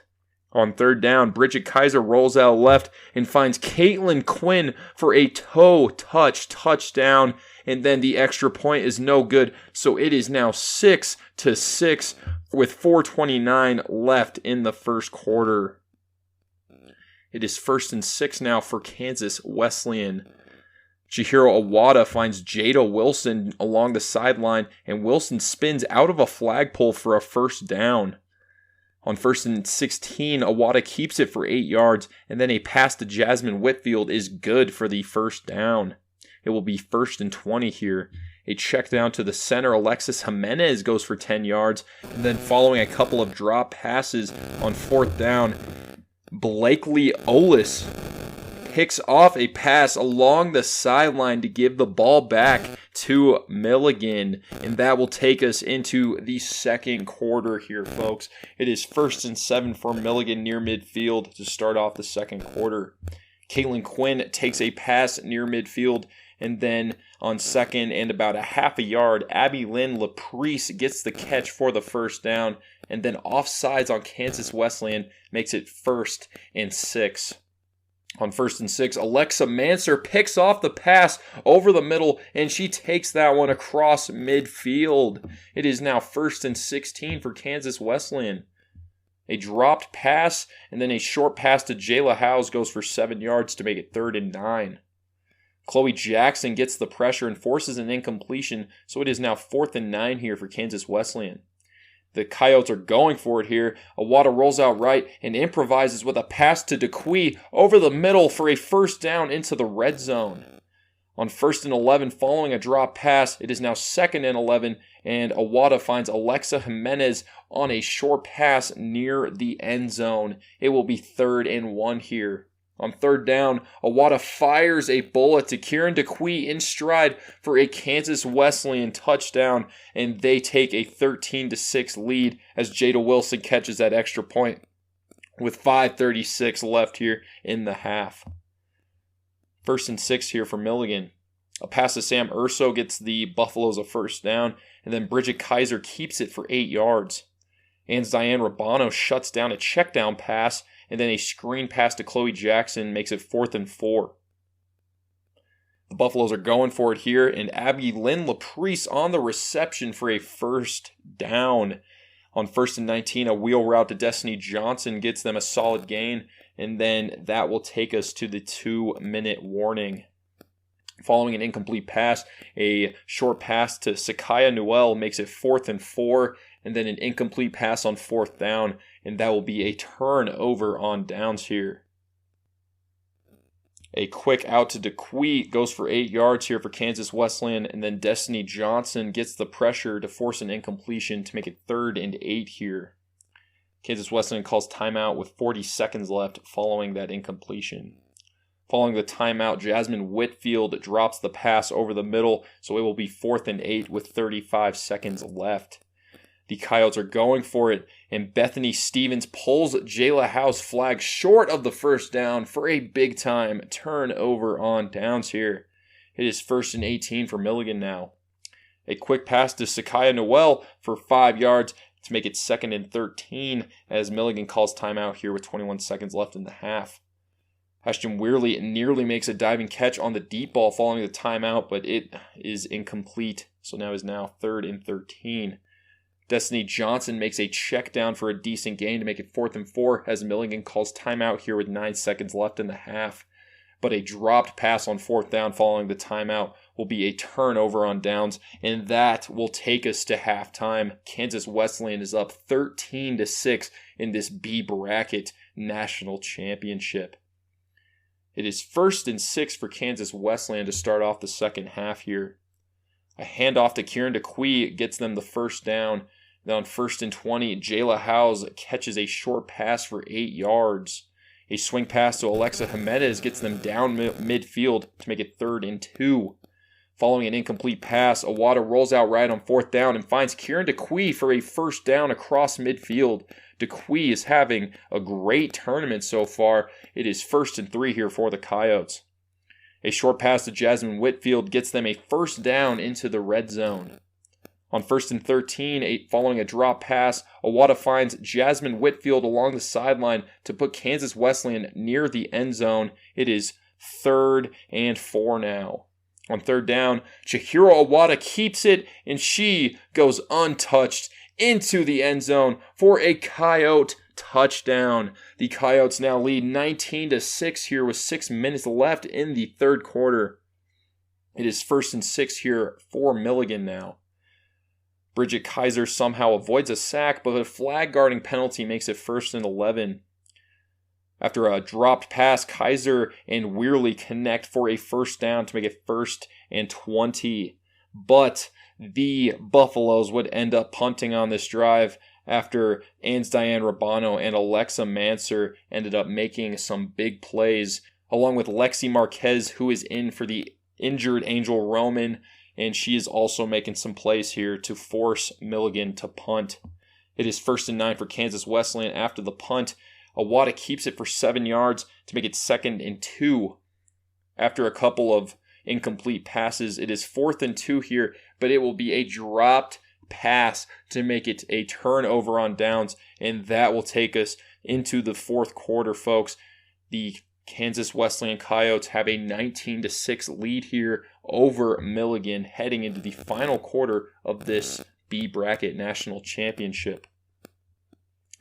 On 1st and 18 here for Milligan to start off the quarter, Bridget Keiser rolls out and finds Destiny Johnson for a gain of 3 yards. And then following an incomplete pass, Lexi Marquez shuts down a play with the flagpole to make it 4th and 10.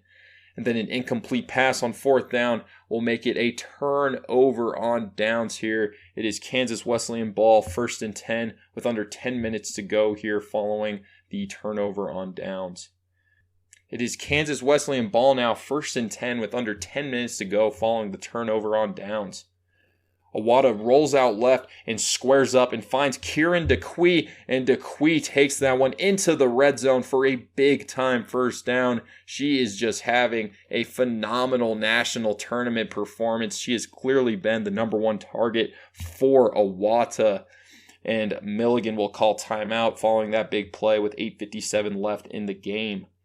Chihiro Awada following the timeout connects with Alexa Jimenez over the middle to put Kansas Wesleyan near the red zone. It will be 2nd and 2 here.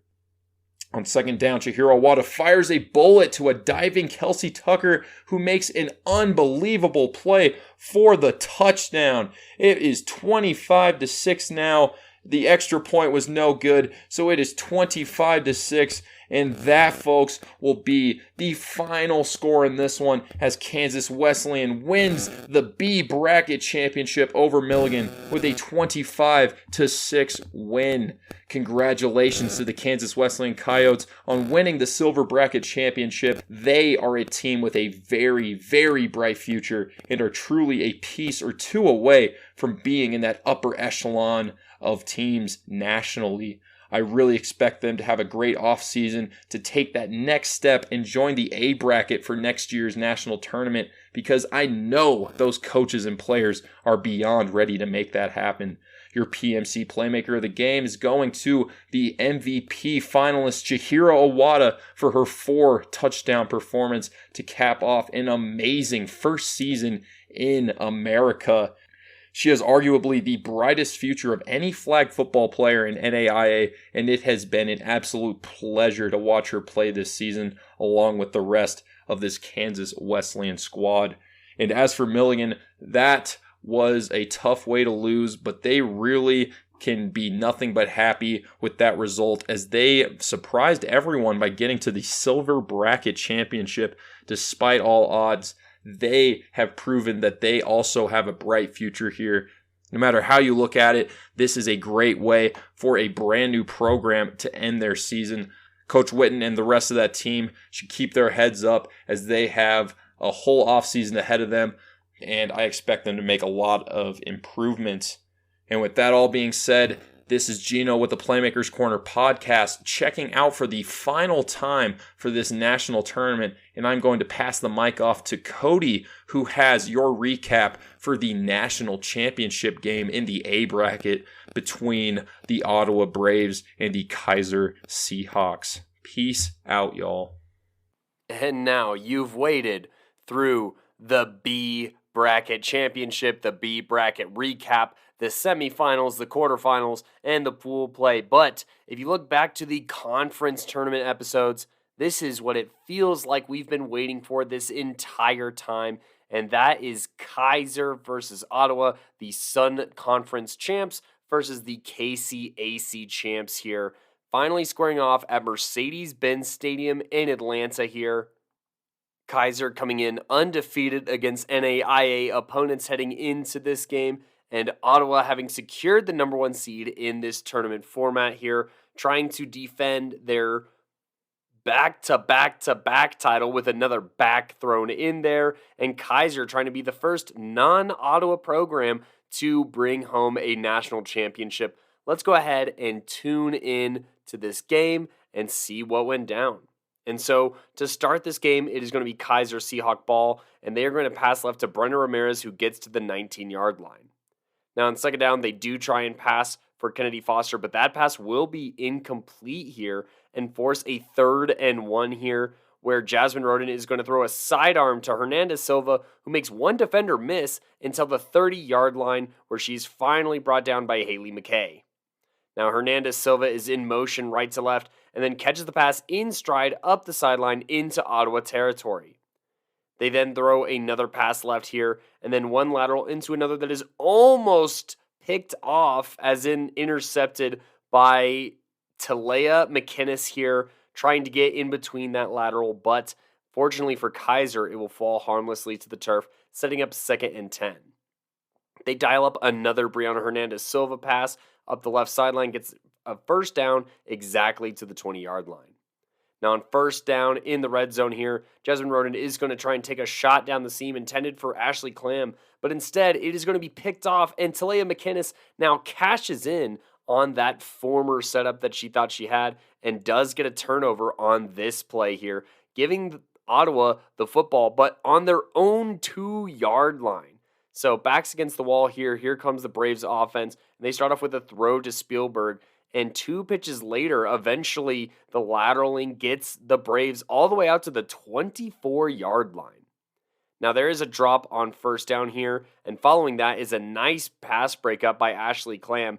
Probably could have been an interception, but it was not. However, the interception by Clam is going to be followed up on the very next play here, getting an interception on third down and giving Keiser the ball right back. So a couple of interceptions to start this game from very athletic defensive backs, freshman defensive backs, might I add, by each squad. Now, to start the Keiser drive here, there's going to be an Ottawa defensive back making a play here. That is Jucani Washington here with the pass breakup to start the drive. Now, Keiser passes left to Brianna Hernandez Silva, and that sets up 3rd and 5 here, where they pass left again to Brenna Ramirez, who gets inside the 35-yard line. Now they throw left to Ramirez again, flag pulled by Jucani Washington at the 25-yard line. Roden rolling right and then throws across the middle for Chloe Griffin for the first down and some. Huge flag pull by Jucani Washington saves the potential touchdown here. Now, Keiser, they dial up a keeper left here, but DJ Paris is not going to allow a huge gain here. And on second down, Roden is going to roll right here and just narrowly overthrow Chloe Griffin amongst the pressure. And that sets up 3rd and goal at the 9-yard line.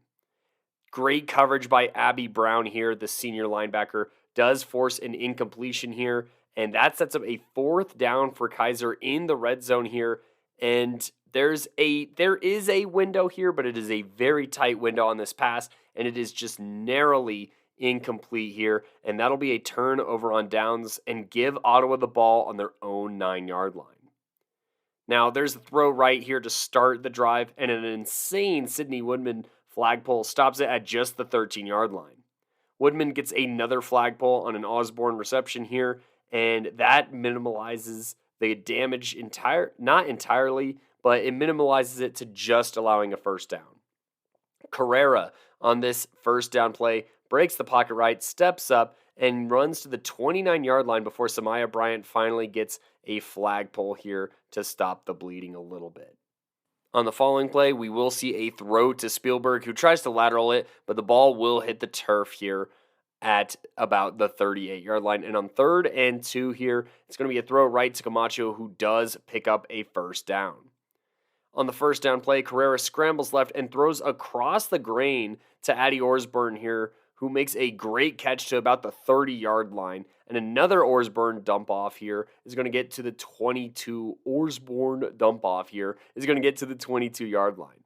Now they throw left, and that's going to be Alyssa Linkus on the reception here, getting Ottawa inside the red zone all the way to the 8-yard line. Now on 1st and 8 here, the Keiser defense is going to step up and make a play. That's going to be Sophia Caprio here with airtight coverage and a pass breakup in the corner of the end zone.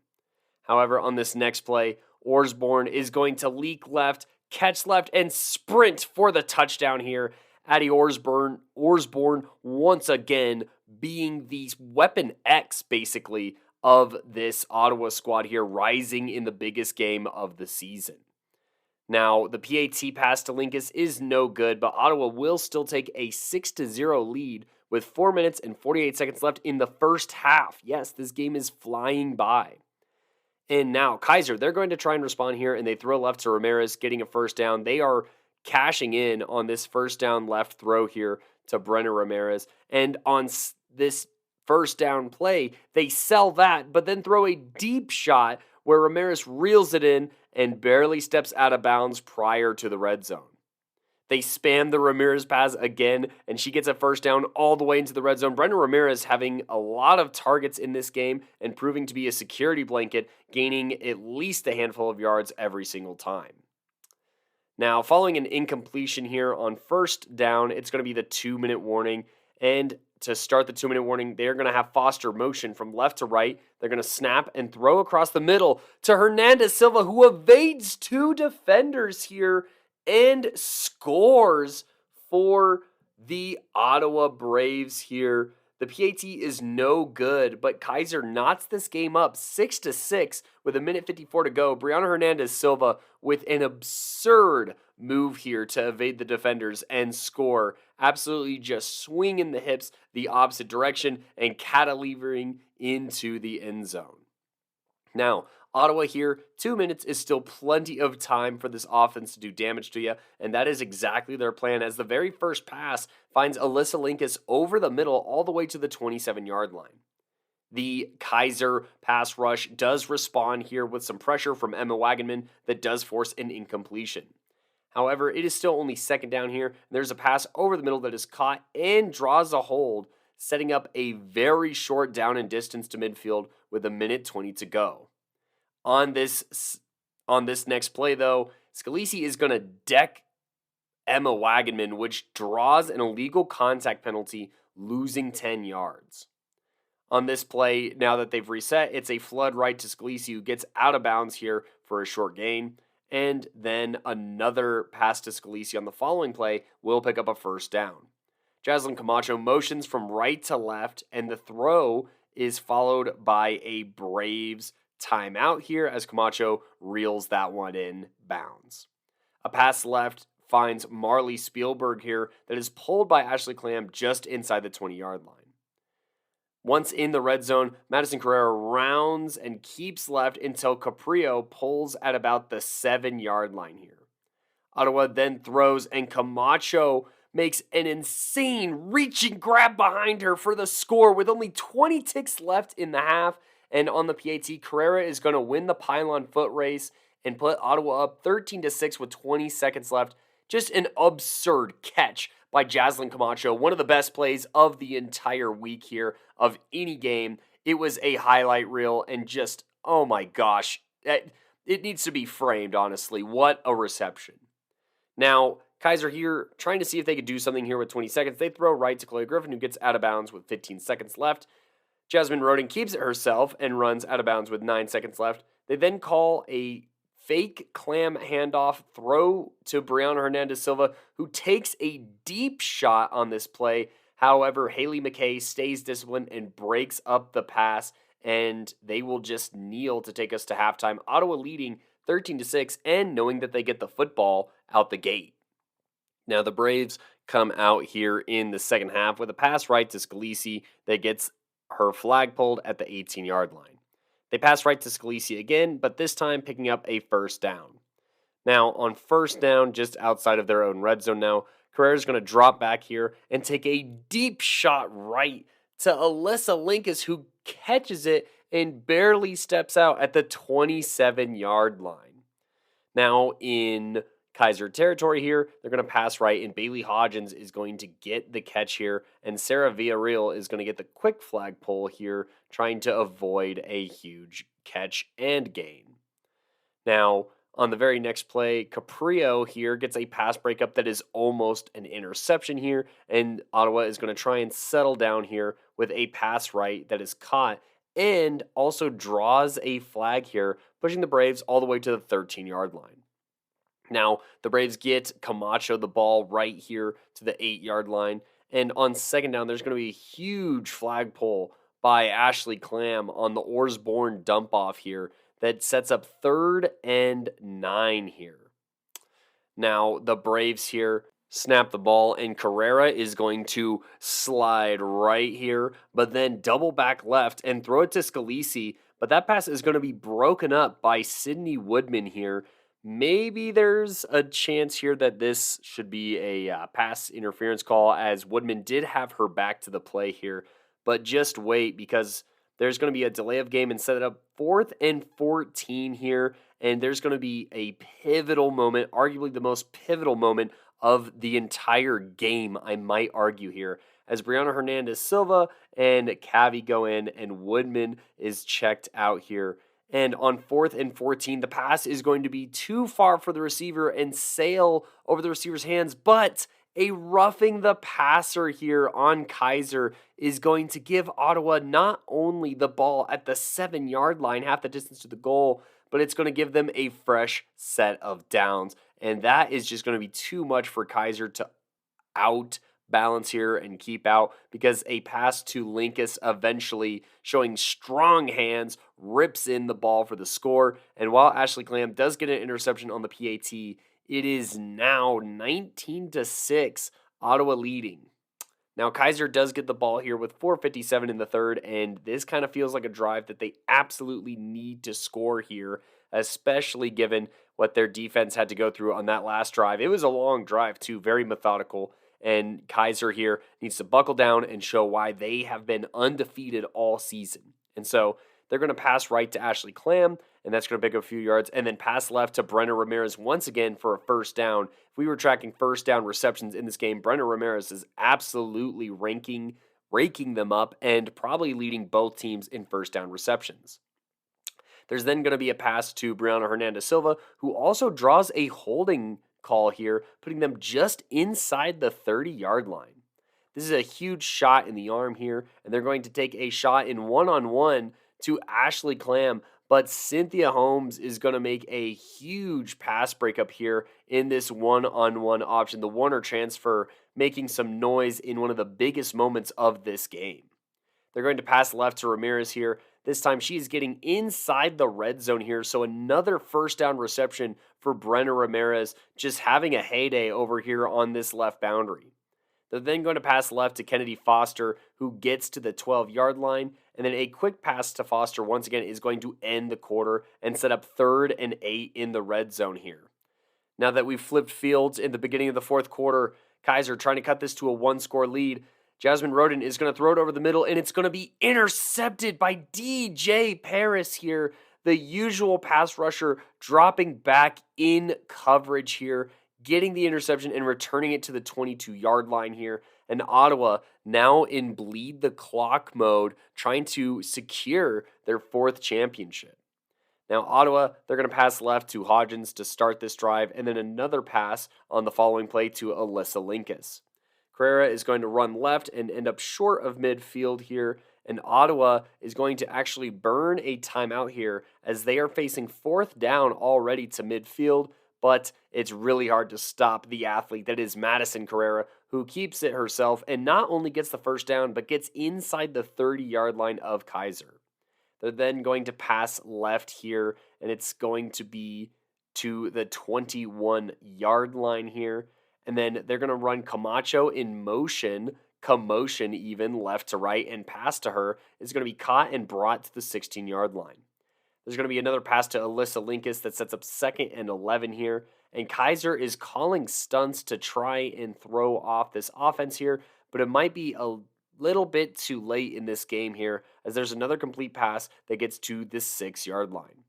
A pass to Scalisi puts the Ottawa squad at the 2-yard line, and it is 4th and 2 here, and this next pass is going to be by the pylon to Alyssa Linkus, always rising in these big games, especially this championship mode here.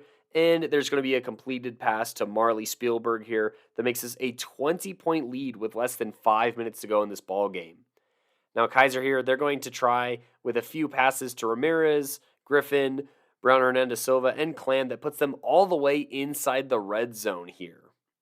We do run into the 2-minute warning, however, and after a few runs and quick passes here, it's going to end up being 4th and 3 here with 1:32 to go, and they do not score on this drive. Ottawa basically able to run this clock out here and secure their 4th straight national championship in NAIA flag football. It was already a dynasty, but now it is one of the most impressive dynasties in NAIA sports history here. Definitely no program has ever won their first 4 championships that they've been eligible to compete in a row here, and they continue to make history. Madison Carrera is definitively the playmaker of the week. She was doing her thing all week long here, and this Ottawa team just doesn't really leave any doubts following this week, winning all of their games pretty significantly, with their closest one being against Warner, point differential wise. So, that is the big conclusion here. The Ottawa Braves are your fourth time NAIA Women's Flag Football National Champions. Kudos to everyone on that roster, especially the seniors that have just ran it up from year one and have secured their fourth ring their senior season. Shout out to Coach Sowers, both Liz and Kate. Shout out Kate for being a good sport. If you know, you know. But both the Sauer sisters obviously showing their absolute dominance here and, just their ability to prepare these athletes for this national stage. And they don't let the moment get too big, and they took care of business here. Keiser, obviously a historic season, something to be very proud of. But, they fall just short here of a perfect season by losing this final bid here in the championship game. And Ottawa punches their stamp in history. And now for our final Playmaker of the Week award for this 2024 women's flag football season. Be sure to go check out CodeRedCoaching.com, where the grind to greatness starts with the mind here. Cody Rosenthal has worked with dozens of athletes and different professions to make sure that your mental performance is up to tune here. You can find him either by emailing rosecj.6599@gmail.com or go ahead and give a call to 720-979-1914 today, where you can get mentally attuned here for any kind of performance, especially like these athletes here who've been tearing it up all season. Once again, this is the Playmaker of the Week for Nationals here, brought to you by Code Red Coaching, and it can't be anybody else other than Madison Carrera of Ottawa here. I mean, just Looney Tune stat lines here put up in this final week, going 113 of 141 pass attempts for an 80% completion percentage, 1,002 passing yards, and 17 passing touchdowns to just 3 interceptions over her 4-game stretch. I mean, just big opponents, big games, big numbers. There's nothing to dislike here. Madison Carrera rising for just the perfect time of the season, closing that gap on the KCAC and securing that tournament title, getting the Playmaker of the week before that. I mean, they say a lot of the time it's not about how good you are, it's about when you're at your best here. And Ottawa and Madison Carrera are the perfect examples of that, riding a fiery hot quarterback straight to their 4th national championship here. Madison Carrera, ring her and crown her as well the Playmaker of the Week for our final week of the flag football season on the NAIA women's level here. Once again, this is brought to you by Code Red Coaching. Be sure to check out CodeRedCoaching.com. And this is bittersweet because, like I said, this was the final week of women's flag football this season here on the NAIA level. Congratulations to all the teams that got their shots this year.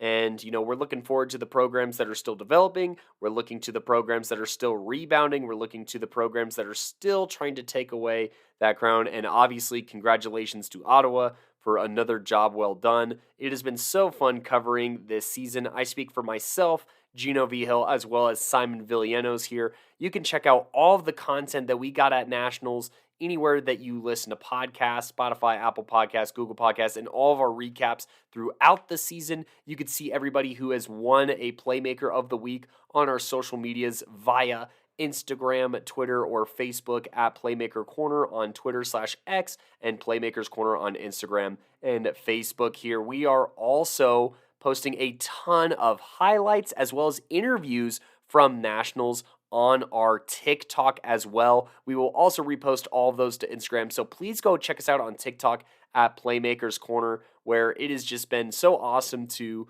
record all of these games, get to meet all these players, and finally use some of these interview mics that really crushed it as well. So thank you all so much for staying tuned, staying subscribed to us anywhere you listen to podcasts or on YouTube as well.